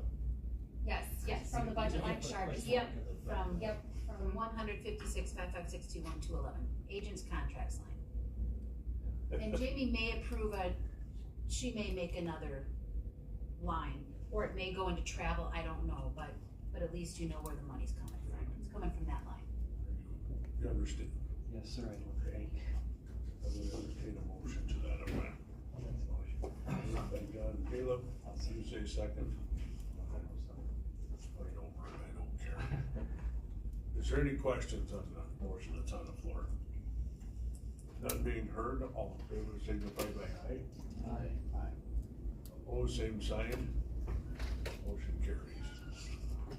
Thank you very much for that support. If you don't mind, if you two don't mind, I would flip-flop you two, cause Jason's already here. Yeah, with the hiring update? Yes. Yes, if that's all right. Is that okay? Okay, sounds good. Thank you. Question,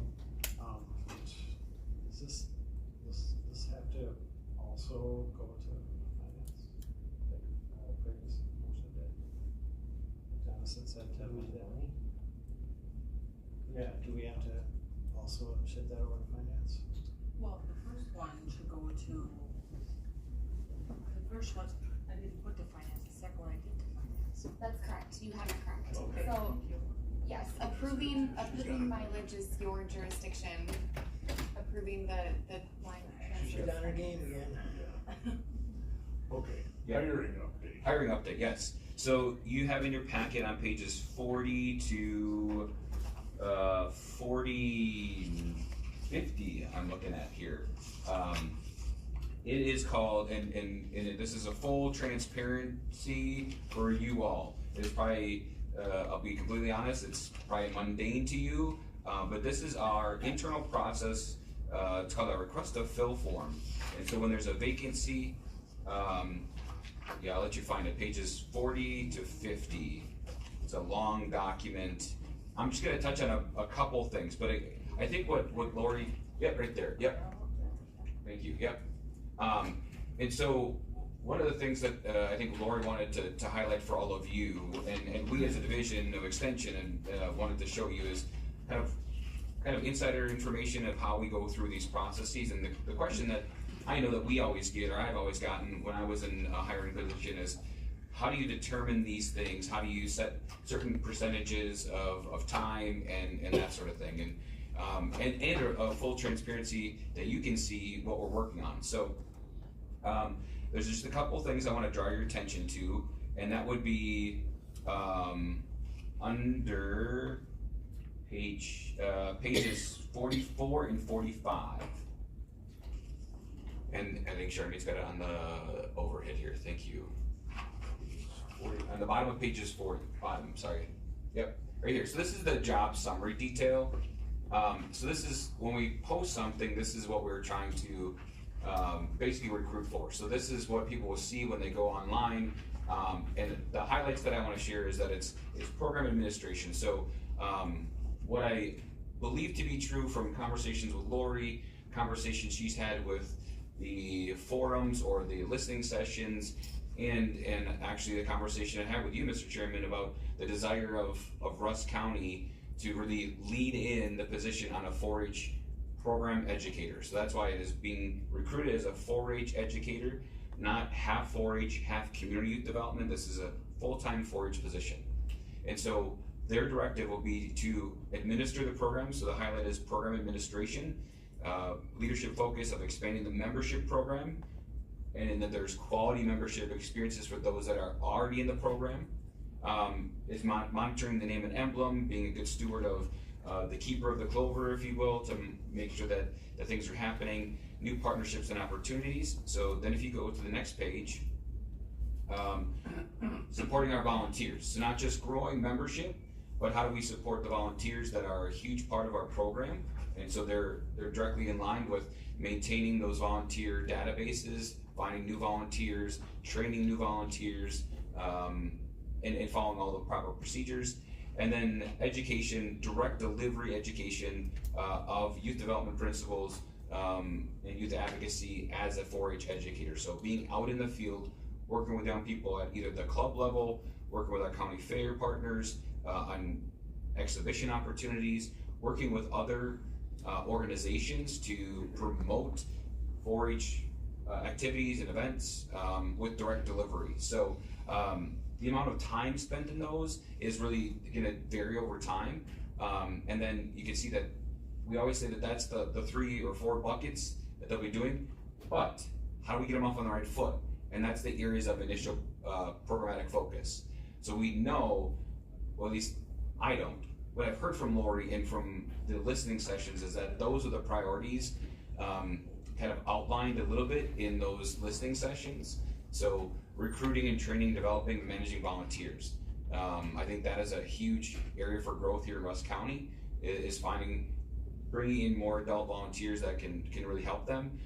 overseeing the programs, the clubs and the programs, the Leaders Association, and kind of building their capacity. And then marketing, communications, and recruitment. That's one of the things that I heard from Lori, and I heard seeing the documentations, getting the word out about 4-H. Like, how do we get people into our programs? We gotta market and recruit. So when they start, those will be kind of some benchmarks for them to get off on the right foot, hit the ground running, and move forward. So I just want to draw your attention to that. You can read the rest of the document at your leisure, or at night when you're going to bed and you need something to fall asleep to. That's really up to you to decide. But I think what Lori wanted to just show you is that in full transparency, this is the process that she's going through to make sure that whoever's hired in Rusk County is off on the right foot. And here's the focus is that she has heard that you have communicated, it's in writing, it's in paper, and ready to move forward. So it's ready to move forward. We're at that level, so moving that forward. Have you got any idea when this will be posted and possibly an end date to this? Yep. So I think one of the things on the first page, it talks about when 3-week posting, and I don't know where she had the date that it was going to be posted or hope to get posted. She's on vacation, so my guess is that when she comes back and kind of, having the committee see it, then she'll move it to the next phase of getting it to posting. Once this moves forward, it'll take our online folks with our administrative services unit a couple days to copy and paste this in, get it online, get it to posting, and then it's 3 weeks from there for the posting, and then you figure at least another week for review of the applications. Then you have the interviews, and the final interviews, which the committee, somebody from the committee, I don't know, I think she asked about that at the last meeting, is what who would want to be on that interview team. So it looks like somebody, so that would be the part of it. So you're probably talking, at least a month and a half from when it's posted before. May 20th to start, right? That's a begin date. That's, anticipated. Again, it's not a definitive, it's an anticipated. Yeah, so.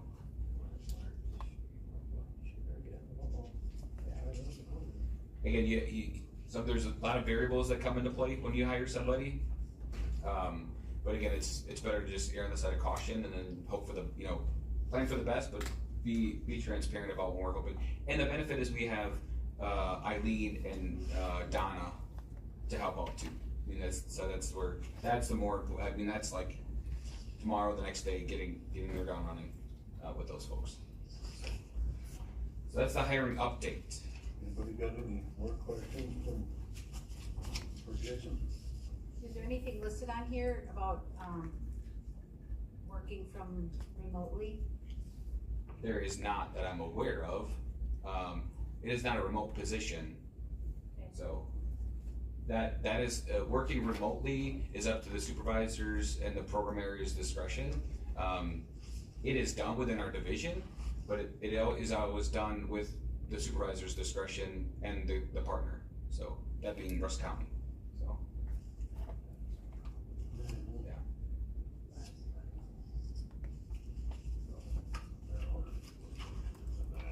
Well, I will say to Charmaine's question, we do offer flex scheduling, and I think that's always been the way we do business with the 4-H.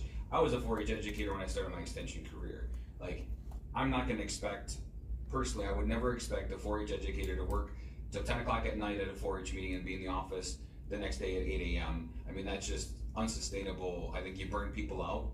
And so there's gonna be that flex scheduling in terms of, if they put in three night meetings, I wouldn't expect them to be in the office right away at 8 o'clock. I would expect them to be in the office, tending to things and maybe planning for a weekend and flexing some time. But working remotely, just to work remotely, is not something that our division just gives a blanket approval to.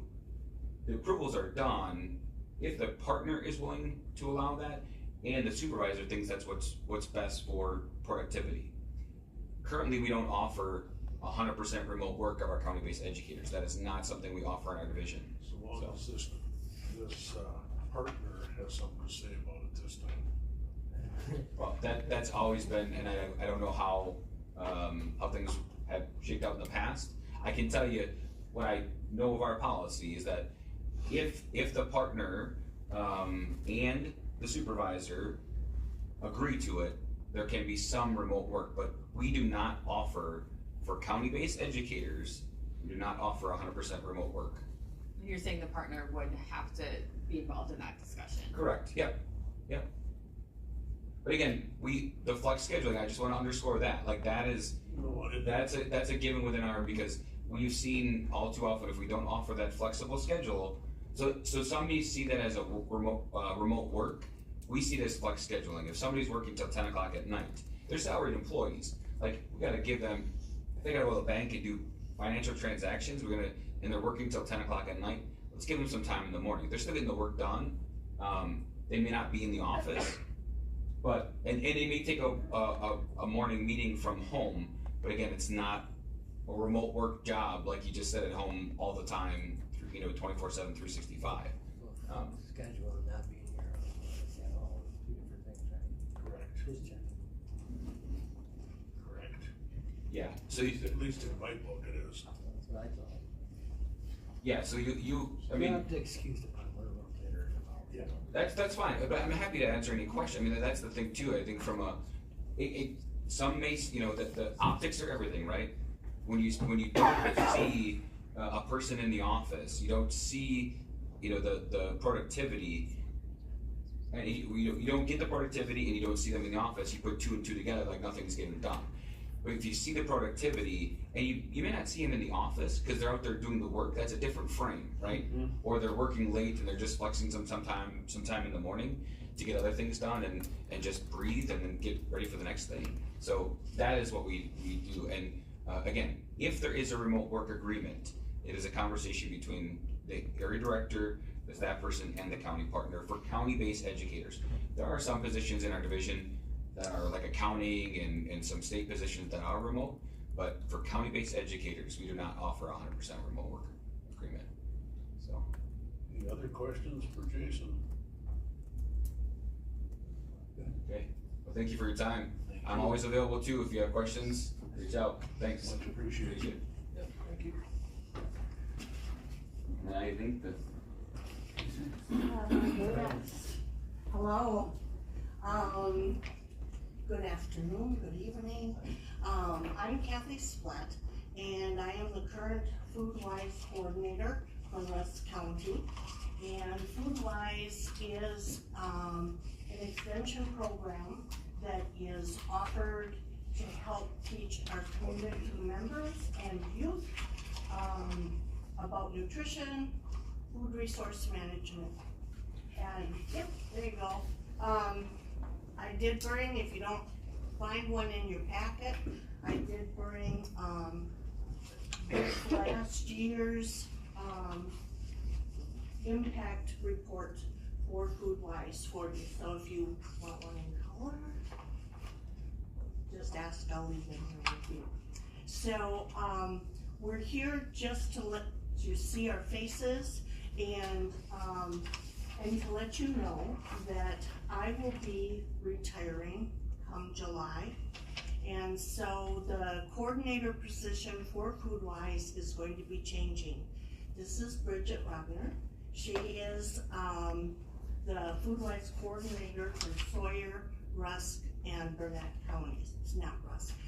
Sawyer, Burnett, and Washburn counties, yes. And I am currently for Rusk and Baird counties. So the position is going to change in that Bridget, already hired for this position, will be overseeing all 5 counties, okay? So anyway, FoodWise has been very active in Rusk County.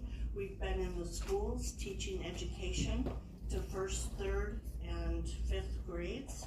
And if you remember, I have been here before, and we did have a community garden that we started. We had it for 2 years, and then the property got sold. Since then, we're looking, we have a steering committee that's very interested to keeping that project going. Not necessarily through Foodwise, and Bridget's direct help, but, we have a meeting next week with the steering committee for the garden, and hopefully before I leave, we can get something going. We're looking for land. Anybody have some land they can donate us? And, some people to take over that project, so, anyway. So that's what I come with, and I'll let Bridget take it from there. Okay, nice to meet you all. Bridget Wagner. So like Patty said, I've been the coordinator for Burnett Sawyer Washburn, and we're combining our teams. We're gonna be a 5-county team. It's not going to impact the level of service we're providing to Rusk County. If anything, I think it might elevate or strengthen it, because already we're meeting as a team with the educators in the other counties and figuring out how to not only do the stuff that they're doing, but how we can collectively work together to elevate some ideas that we have in the county. But the biggest thing for me right now is I'm going out into the community. Kathy's taking me out, Andrea, meeting partners, and I'm in the middle of working on the community needs assessment, so looking at all the boring data and everything about all the 5 counties, and doing kind of cross comparisons, and that really helps guide our program plan. This is for next year for us. We're already planning, which is starting in October. So the needs assessment and the communication and conversations we have with partners sort of guides the way we prioritize our programming. And then there's policy and system and environment work we do also, which would be like the garden. But we're talking about doing some efforts in the schools as well. So I don't know, you'll see us a little bit more. I'll try and be at the meeting so you can hear a little bit about the work that we're doing. The other big thing I wanted to tell you is that the Barron County office moved to a new location. And so Kathy as the coordinator and then Andrea as the Foodwise educator used to be housed in the same office, but there's more limited space in the new site.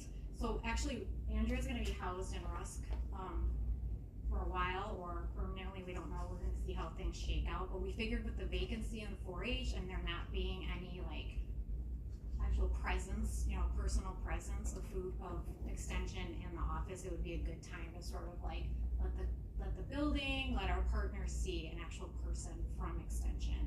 So Andrea will be around a lot more. She is super busy. She's still educating in Rusk and Barron counties. So she is not going to be here, all the time, but she's going to be in and out a lot. She's very active doing educating. So if you want to ever pop in and see her, she's so sweet. So and I'll be in and out. I've been here all week this week, and I'll be here a little bit more as well. So feel free to email. Like I said, we're in a really good spot right now to hear feedback from partners. So if there's things you're hearing in the community or things you're seeing yourselves, please let me know so that we can sort of guide the work that we're going to be doing with nutrition education and physical activity. We really try to make the healthy choice the easy choice. So just think about that when the work that we're doing. So nice meeting you all. Any questions? Any questions for Bridget or for Kathy? Like I say, I will be here till the end of June. So, and maybe I'll be able to come back and tell you that, yes, we have a garden going, or whatever. But, yeah, because then the garden also then donates produce from the garden to the food pantries. And so that is our major purpose of the garden, is trying to increase fruit and vegetable consumption amongst our community members. Yeah. Thank you. Thank you too. So if you want to take anything, help yourself. They're all the same. You can use them for scratch. But thank you. Nice meeting you. Thank you. So since I have the budget up, the WNEP, or at least Foodwise now, rarely do you see any activity, but there'll be phone, there'll be copies, there'll be other things that will come out of here. So Lori Beltrucius will work on some of those things. We just got Andrea in the building, the more immediate things taken care of, but, so they'll actually be, cause otherwise, the only activity here was for the community garden, in and out money. This is a non-lapsing, account, but $500 is what the county puts in, and typically it just goes right back, but it'll be less, so. Just an FYI for those who like numbers. Right, and, I'm sorry, that's all right. Go ahead. If you're wondering, FoodWise is a grant program that's through USDA. So the only thing that we ask from the county and is that they allow us to have an office with extension in the building, and that they would cover the simple things of the phone, the electricity, or whatever that we use. So we do not come and ask the county directly for any kind of money for our program. So you understand, okay? Jason, you had? No, I just actually was gonna say almost exactly what Kathy said. It's like the programming supplies are covered by FoodWise. So, and I appreciate Charmaine kind of outlining that there's minimal cost to the county to what Kathy has said. The cost of the materials, like the food for instruction, all that comes out of their grant. It's the copies and making extra flyers and stuff, and a space to sit and a place to do their work while they're here, and then they get out in the community. So, just wanna. Thank you. Yeah. Consider increase in extension educator support.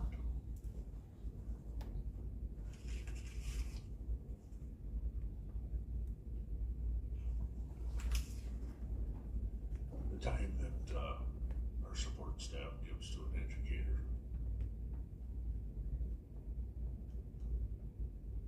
More time? Well, it's on here because of what was stated to us last month that the 15% was not enough for. It's up to this committee to make a determination if we want to change that or we don't. Mr. Chair, if I may, can I give some context maybe to that? I don't. I'll come here. It's easier. So I don't know the conversation at the last meeting. Actually, I don't have any notes from Lori on this one, so maybe I missed something. But I think there's been conversations systematically across all counties about what does support look like for the extension programs. We do know that for a quality 4-H program, and we have there's documentation from around the state, and actually our state staffing guidelines would say for a quality program. Of a program the size of Rusk, it's a 1.0 educator and a half-time support for the 4-H program. That's for a quality program. Now, if you vary from it, whether it's 15%, 25%, whatever it is, some of that quality is diminished just because of sheer capacity, right? Like human capital you can only give so much, right? But because of the size of the Rusk County program and what it truly needs to excel, it takes a full-time educator and a half-time support person. Now I'll give you some examples, and I can give you direct equivalents in corresponding programs. So Wood County, a couple hundred more members, but they actually have a full-time educator, a half-time associate educator, and a full-time support staff to run that 4-H program and to run it well. Again, you can do any variation from it, but that's for a quality program. So I think one of the things in the past is like the degree to which the support from the county for the program, if we see, kind of peaks and valleys and you give it extra support and then it goes down and up and down, it creates instability in what people can expect for 4-H support or staff member support. How much is an educator doing administratively compared to what sort of education are they out doing? I would advocate that you're hiring an educator to go educate versus administrative. So can you offset, can you increase, or can you supply more support that allows them more time to be out there educating versus administrative stuff? There's a lot of things that are administrative. I'm not gonna deny that. Our 4-H program, because of USDA and federal guidelines and youth protection and making sure young people are taken care of, there's administrative things that need to get done. And again, for a quality 4-H program, it's a 1.0 educator and a half-time support position. Not every county is able to do that. But that's what this body has to wrestle with, is the resources you want to allocate to something like that. And I think one of the pieces of the neighboring communities, you think of Taylor County, they're at a full-time support, 0.8 support person. Looking at Price County, that's a full-time support over there. I mean, so there's variations. You can't say that about Barron or Rusk right now, or Barron or Sawyer right now, but that's up for you to decide. And again, what is it? 0.15 is what the allocation is for extension. I think that's right. Yeah. Again, that's what I can tell you is best practice. The decision is ultimately yours, but it's where you want to invest your time and resources. So I'll leave it at that. So thanks for the time.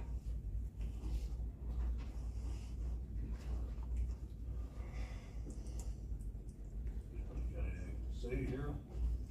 Suggestions, questions? It's about charming.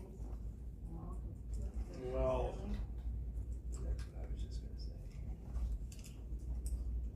yeah, if there's gonna be names brought up with discussion, we'll have to go to the calls. It's about how much time is there to support the educator.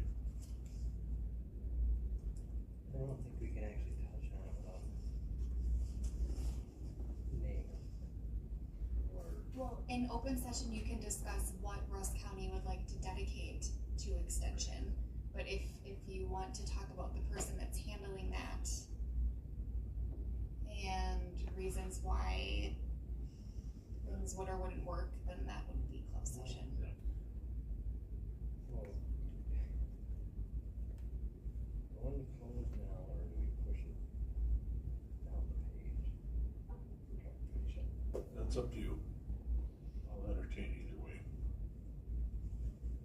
I was doing closed session last, right, so then whoever wants to leave. Okay.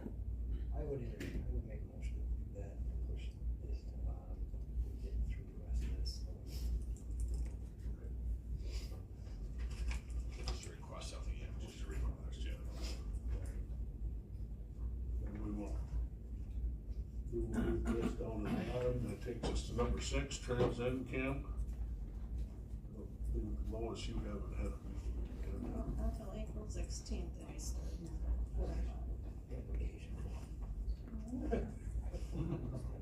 Charmaine, have you got anything from the caretaker?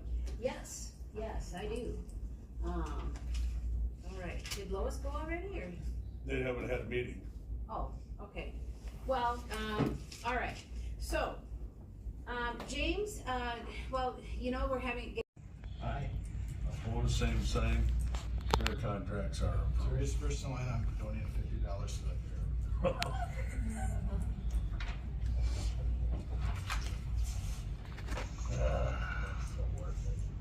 We got $100, we're already up to $100. Fairgrounds report. Let me just say, there's amazing things happening at the fairgrounds, but I'm not gonna tell you what they are. But there's probably gonna be accidents in the next few weeks when people drive by the fairgrounds. It is that amazing, so I'm getting goosebumps. But anyway, one of the things I can tell you about is, as beautiful as the maintenance made the log cabin look last year, they're now doing the floor. So they're working on putting ooey gooey stuff in the cracks and then gonna epoxy it. And once that's done, then I hope to take pictures and market that building. We may have some new use coming in June in that building. Unfortunately, it's not big enough for the dog show, but it is gorgeous. And they started up the fireplace, and it works. So it is gorgeous in there, but it's gonna be it's gonna be even cooler. But that has nothing to do with the other things that are happening down there. And more usage. We may have a school reunion in September. The dog show's coming back, but it's gonna be in July. We have 3 weddings booked, which you'll all see later, but more and more is happening, which is great. So the stage. So the Fair Board is asking, for you guys to approve and pass on, I guess allow us to get some pricing. We would like to do a permanent stage down in the fairground. We went and picked out an area. Have not gone through this with maintenance. Our group just decided, we had a couple different spots and we decided on one. You wanna bring up a map, sure? Yep, I was just gonna. We had a couple different spots and we decided on one.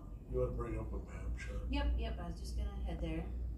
This would be a permanent 3-sided structure, roof on top, that would be there for, street dances and hopefully, youth would be able to use it also. Our intention, of course, would be able to use it at the fairground during the fair. So it's gonna sit, you see the watering hole, the grandstands? You know, maybe should I pull up an aerial instead? Yeah. So Because that electrical panel's really not in the right spot. Either way. Here. There we go. Okay.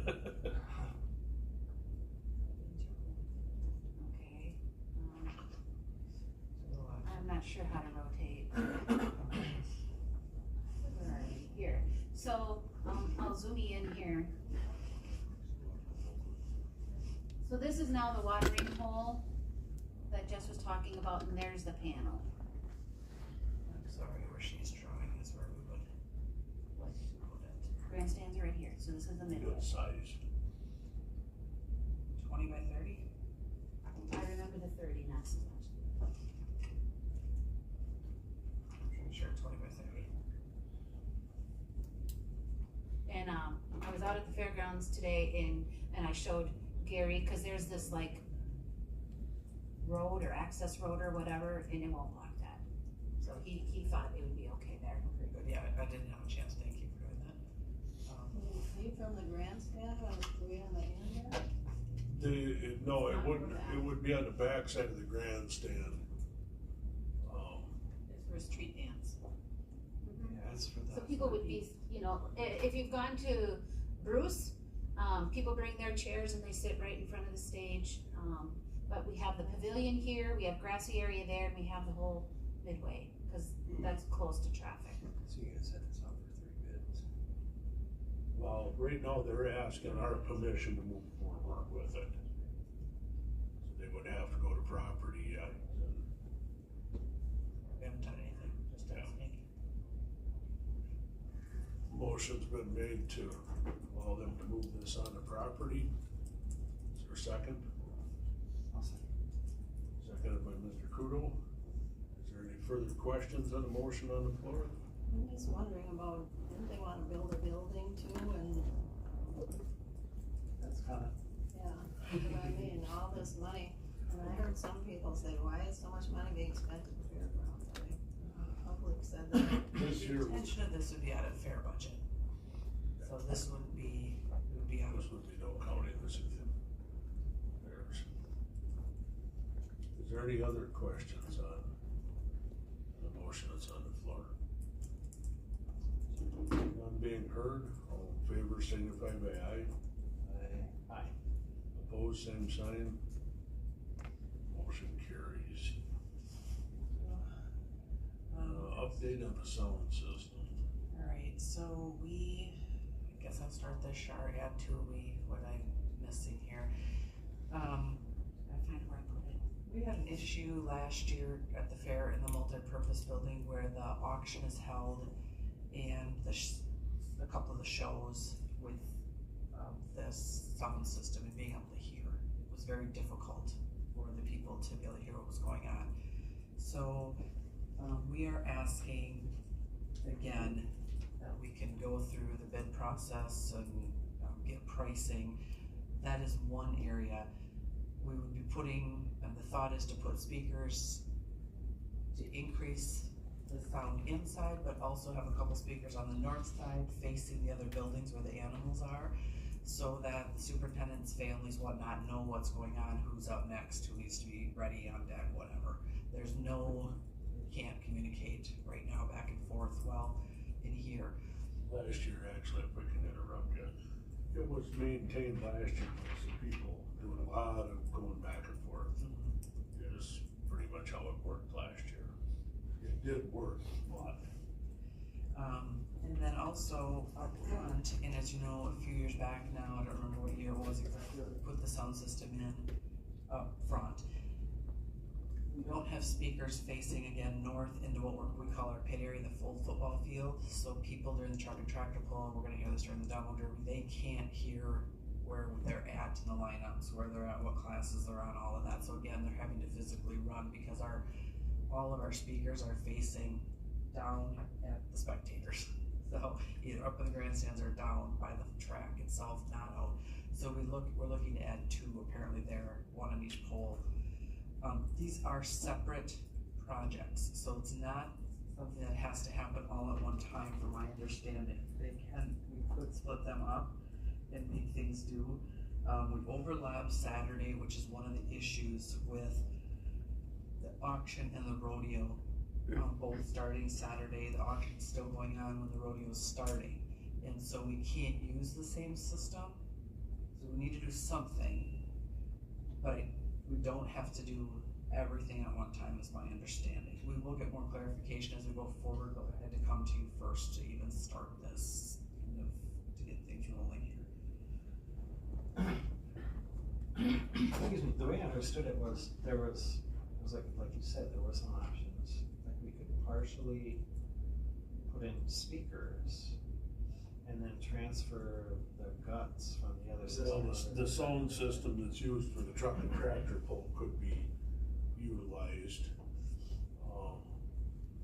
Daryl had a drawback of it, and I don't remember what it was now. It's because of the Saturday thing, because we could take the amp from up front and pull it down for like Friday, and Thursday and Friday for the shows, but that's not gonna help us Saturday because we do have to, unless we have an announcer that comes with the rodeo that has their own sound system and that whole thing, and that we don't know yet.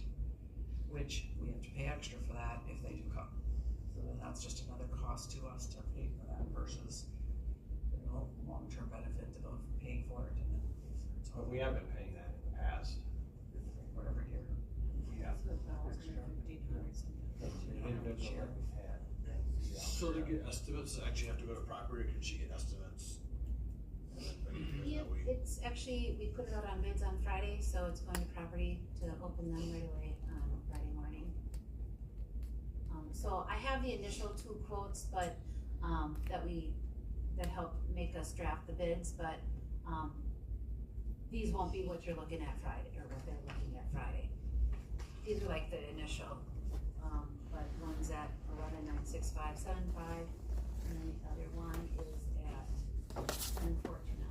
So, and this would be out of fair.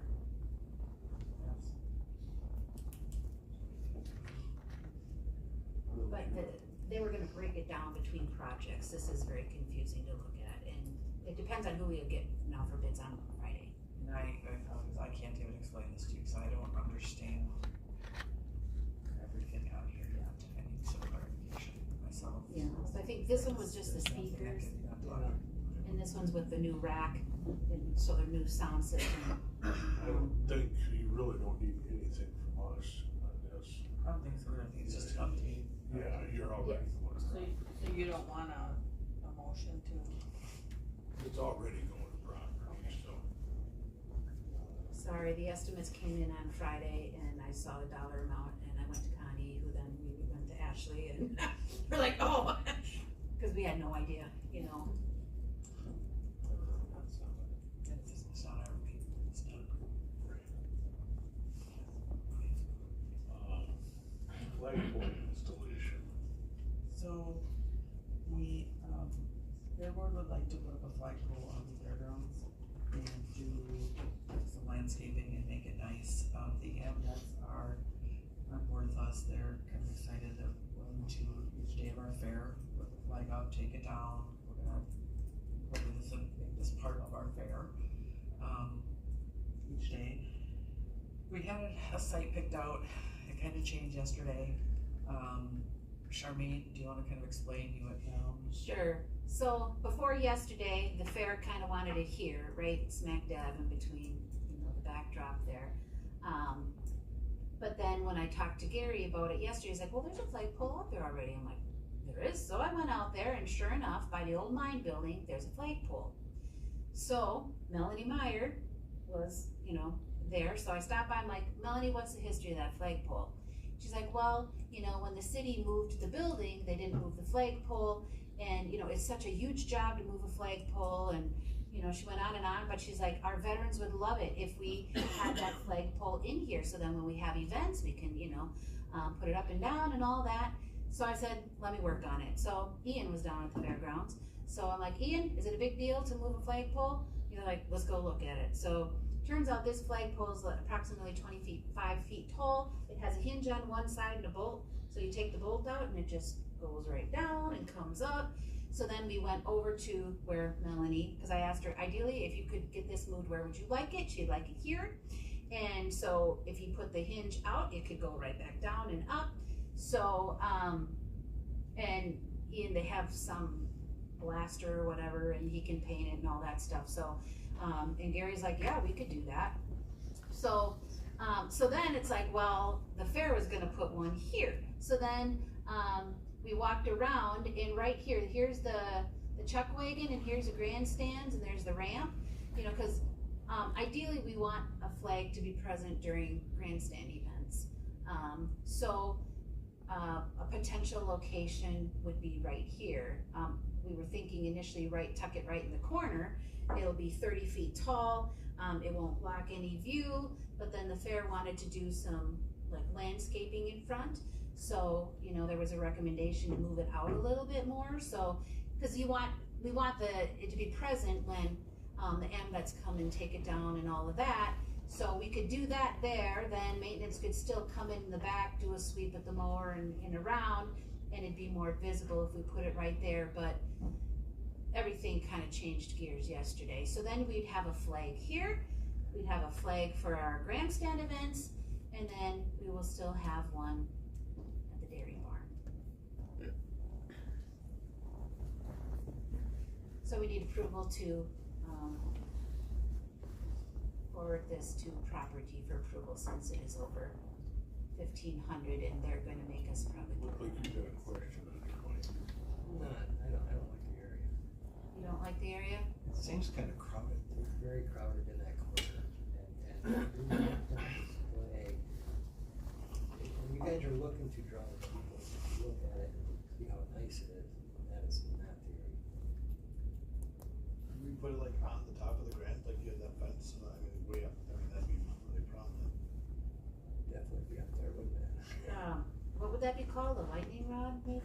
And it just, But you kind of eliminate the ability then for the veterans to do their ceremonial raising and lowering of it. This I'm assuming this one goes up and down, or this one's Oh, no, The one that they're looking at That's is. the other one. 30 feet solid, starts at 5 inches and tapers on the way up. Raising over the flag. Yeah, there's a, So you're thinking they can't get up the steps to get to it? Well, if, depending on time, you could have people in the grandstand, this kind of stuff. and the whole idea is to stop everything when we raise and lower the flag, so it'll be announced in the barn. But it is hard to even get a banner hung at the top of the grandstands.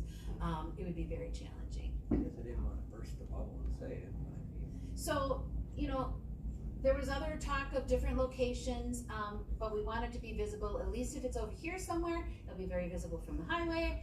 And then there was like, well, you shouldn't put it here, you should put it at the back of the ball diamond, but then, cause we want it visible, but, so anyway, back to the drawing board, but in the meantime, we need approval as it is over $1,500. What if you put it like somewhere around in that grandstand arena area? Well, there's those big tall poles that have to be taller than 30 feet, wouldn't you think? They are. Yeah, they were.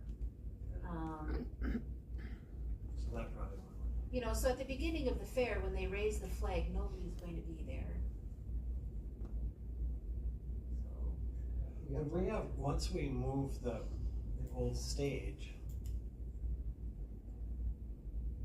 what if we put it in that area? You're you're right in there with two of them big tower end poles and. Where the old stage is. Oh, yeah, these right here are very, very tall poles. Okay. And this is kind of where that stage is. Yeah, right. And there's some powerful electric in there. Yeah. At this time, I would entertain a motion to allow them to get bids and at least move forward. So do you already have bids or you need to get bids? So the heat. We have a quote, we got a quote, but when the dollar amount came in, according to the financial procedures manual, we need to do more. We need to get two. Well, it's possible that the vents might contribute to that. Correct, we just don't know that yet. So we don't know that, so if they did, it's possible that it would knock the quote down to an amount that would not approve. Depending on if they did do that, and then how much. Yeah, we can give approval. Just give approval. I think we still have to talk to the proper notes that's on there. Yes. Where you wanna get, we need to get bids, right, so that's what route we go.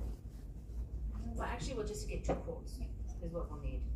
And we're working on a second one, just don't have it yet. Does this come out of the budget? Yeah. Budget. So I would entertain a motion to allow them to move forward and take the property. So, second. Made and seconded, is there any further questions on the motion on the floor? None being heard, all in favor signify by aye. Aye. Opposed, same sign. Thanks, Jesse.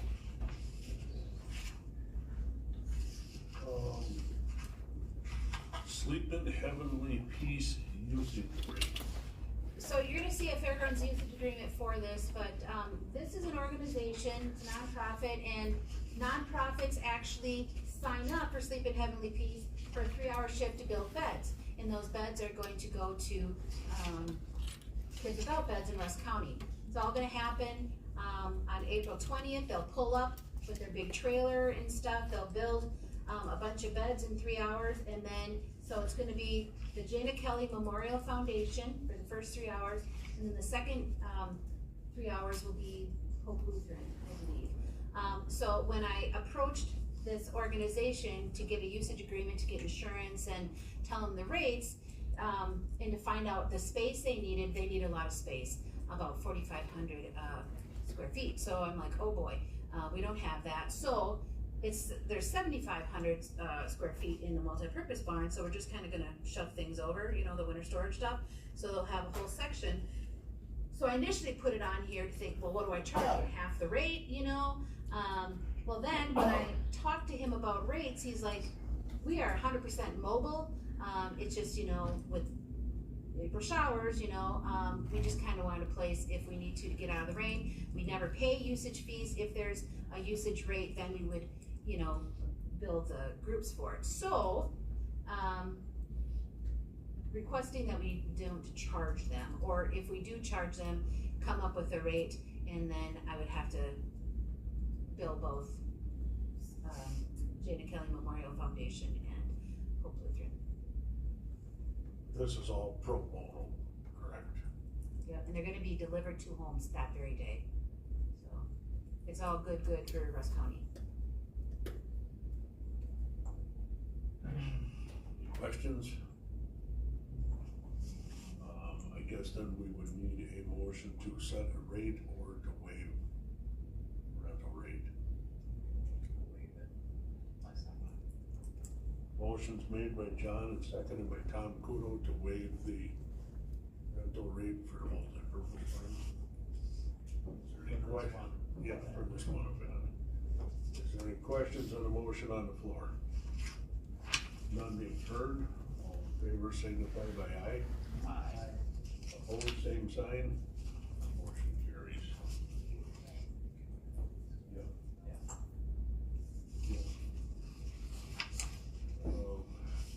The rest of them.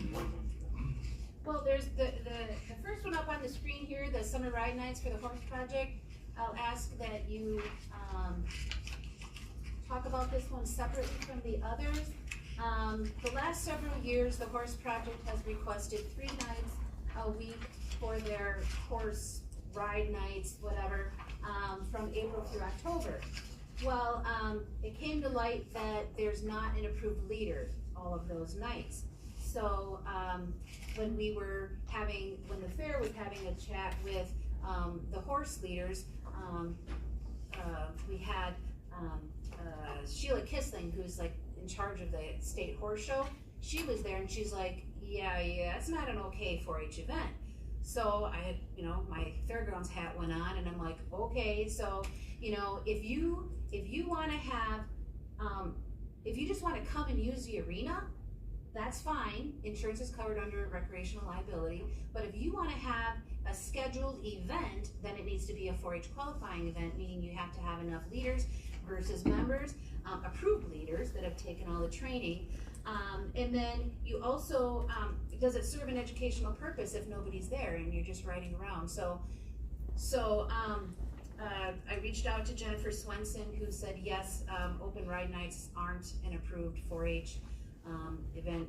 There has to be a certified leader there, and so I get it. They said, well, we just want to have 3 nights where kids can go ride. That's not an approved 4-H event. So therefore, 4-H insurance would not cover it, and then it would open us to liability. So I recommend that you deny this one. The 4-H people, Jennifer and Lori, they're aware that they need to meet with the Horse Project. They were going to meet with them anyway about bylaws, and so I already told Kendra that this wouldn't fly, and that to give me the dates, because they do have sessions out there where they have their leaders and they have people come in and do trainings, which are totally fine, but that's probably only 2 a summer. So. So will they be coming back then with a revised? I asked her to, and I haven't gotten anything from her, so. Would the other option be, we approve it provided they provide proof of it for insurance, or to buy like an extra rider on a policy? Is that a possibility? And that's. It's still not a 4-H event. Right. Okay, you approve it pending that they have approved leaders. No, pending approved insurance coverage. So that's up to them how they get insurance coverage. They have approved leaders, whether they buy their own policy. And they won't. Yeah, but the thing is, Jonathan, they can go out there and just ride, and they're covered under our recreational liability. But if it's a 4-H deal, and they've got their approved leaders there, then the 4-H's insurance covers them. But they're kinda, to me, they're kinda asking for dates just to make sure nobody else is there, is what it seems like. Yes.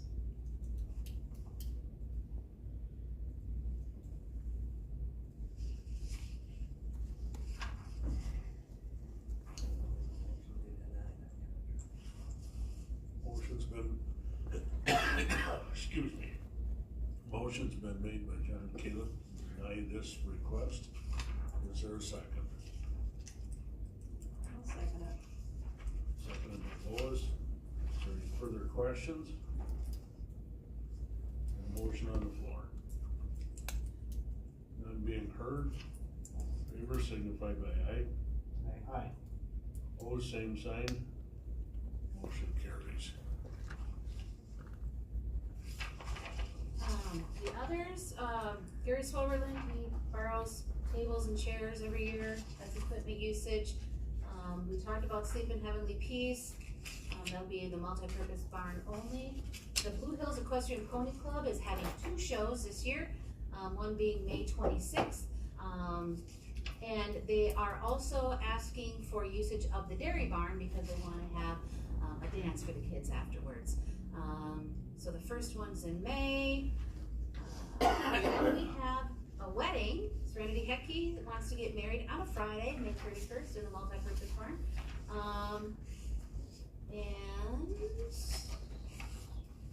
So on that one, they would be requesting the alcohol exemption.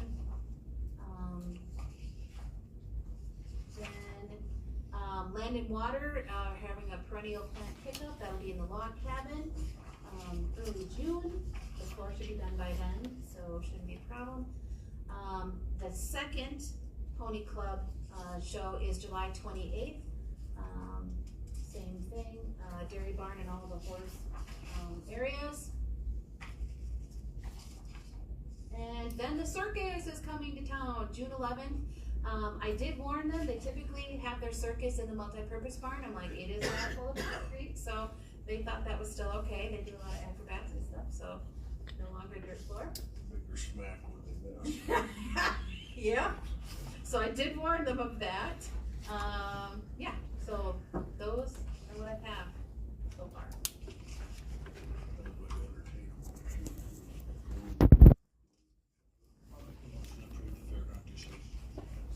Motion's been made by the.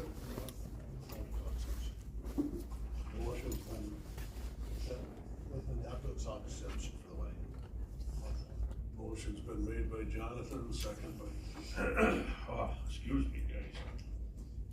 Seconded by John Caleb to approve the fairgrounds usage agreements with alcohol exception for the one wedding. Further questions or comments on the motion on the floor? None being heard, all in favor signify by aye. Aye. Opposed, same sign. Motion carries. Back through this stuff.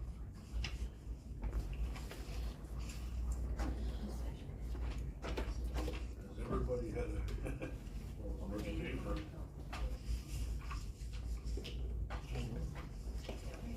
Has everybody had a chance to look at the? Yes.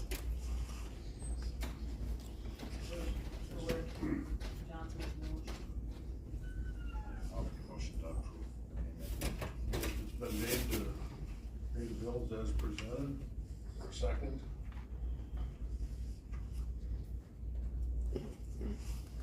Second, did you second, John? Did I hear you? Is there any questions or comments on the bills that are before you on the motion that's on the floor? None being heard, all in favor signify by aye. Aye. Opposed, same sign, bills are paid. Who's got the copy we signed? Through it.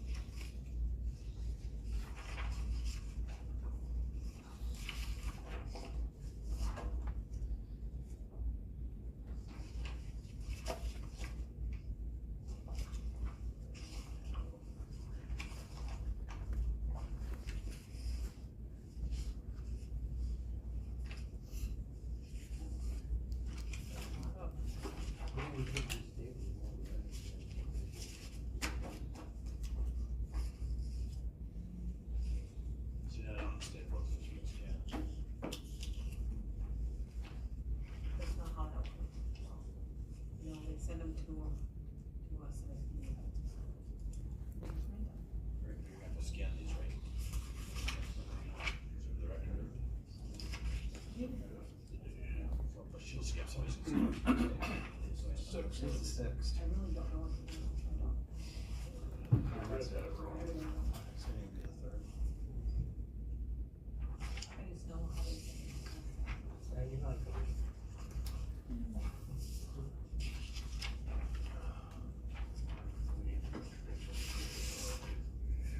what, I never won that fire pit.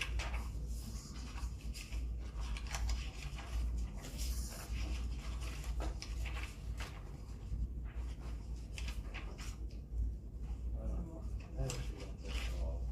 Once I put it on my truck, white.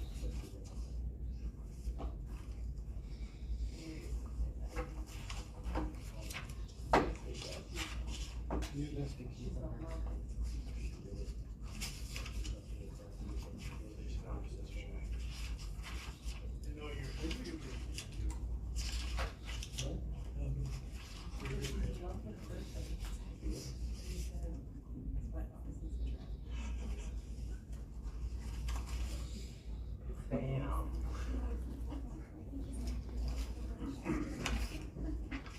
These just.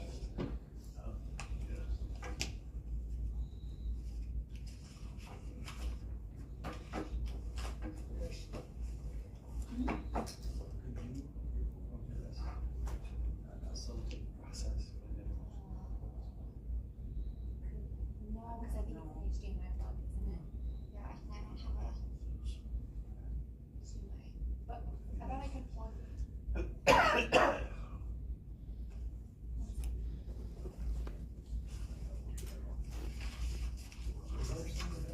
Oh, I didn't think about trying to catch up on these.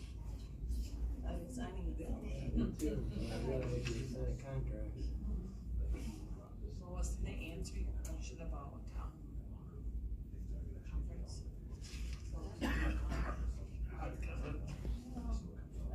executive answer. Yeah. I thought next year we should tell the city we should budget for their own employees.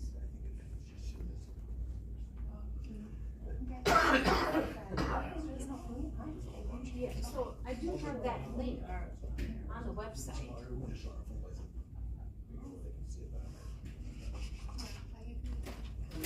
So, Jonathan, so that, whatever those codes are called, I do have that right here. So whether you take a picture of that or you go there, that's how you ask your garden.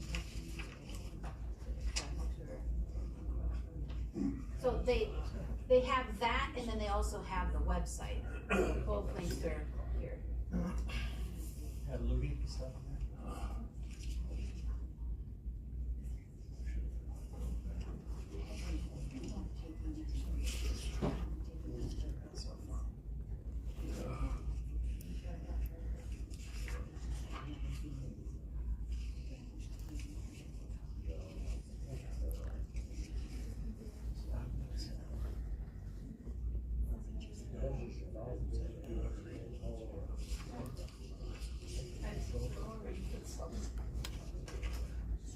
That's how we did it when we were in the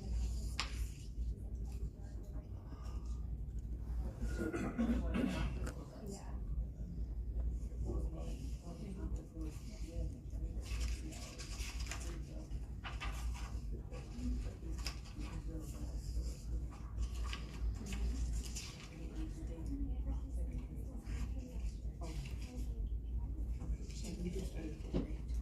Sarah, she's been here.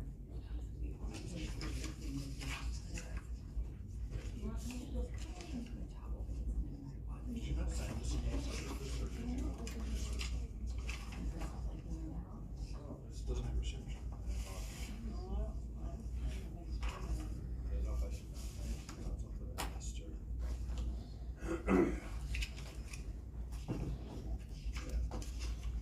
I'm gonna ask for a couple minute recess. I gotta go get rid of this copper. I'm just gonna sit here and hack with the rest of this. Okay, 2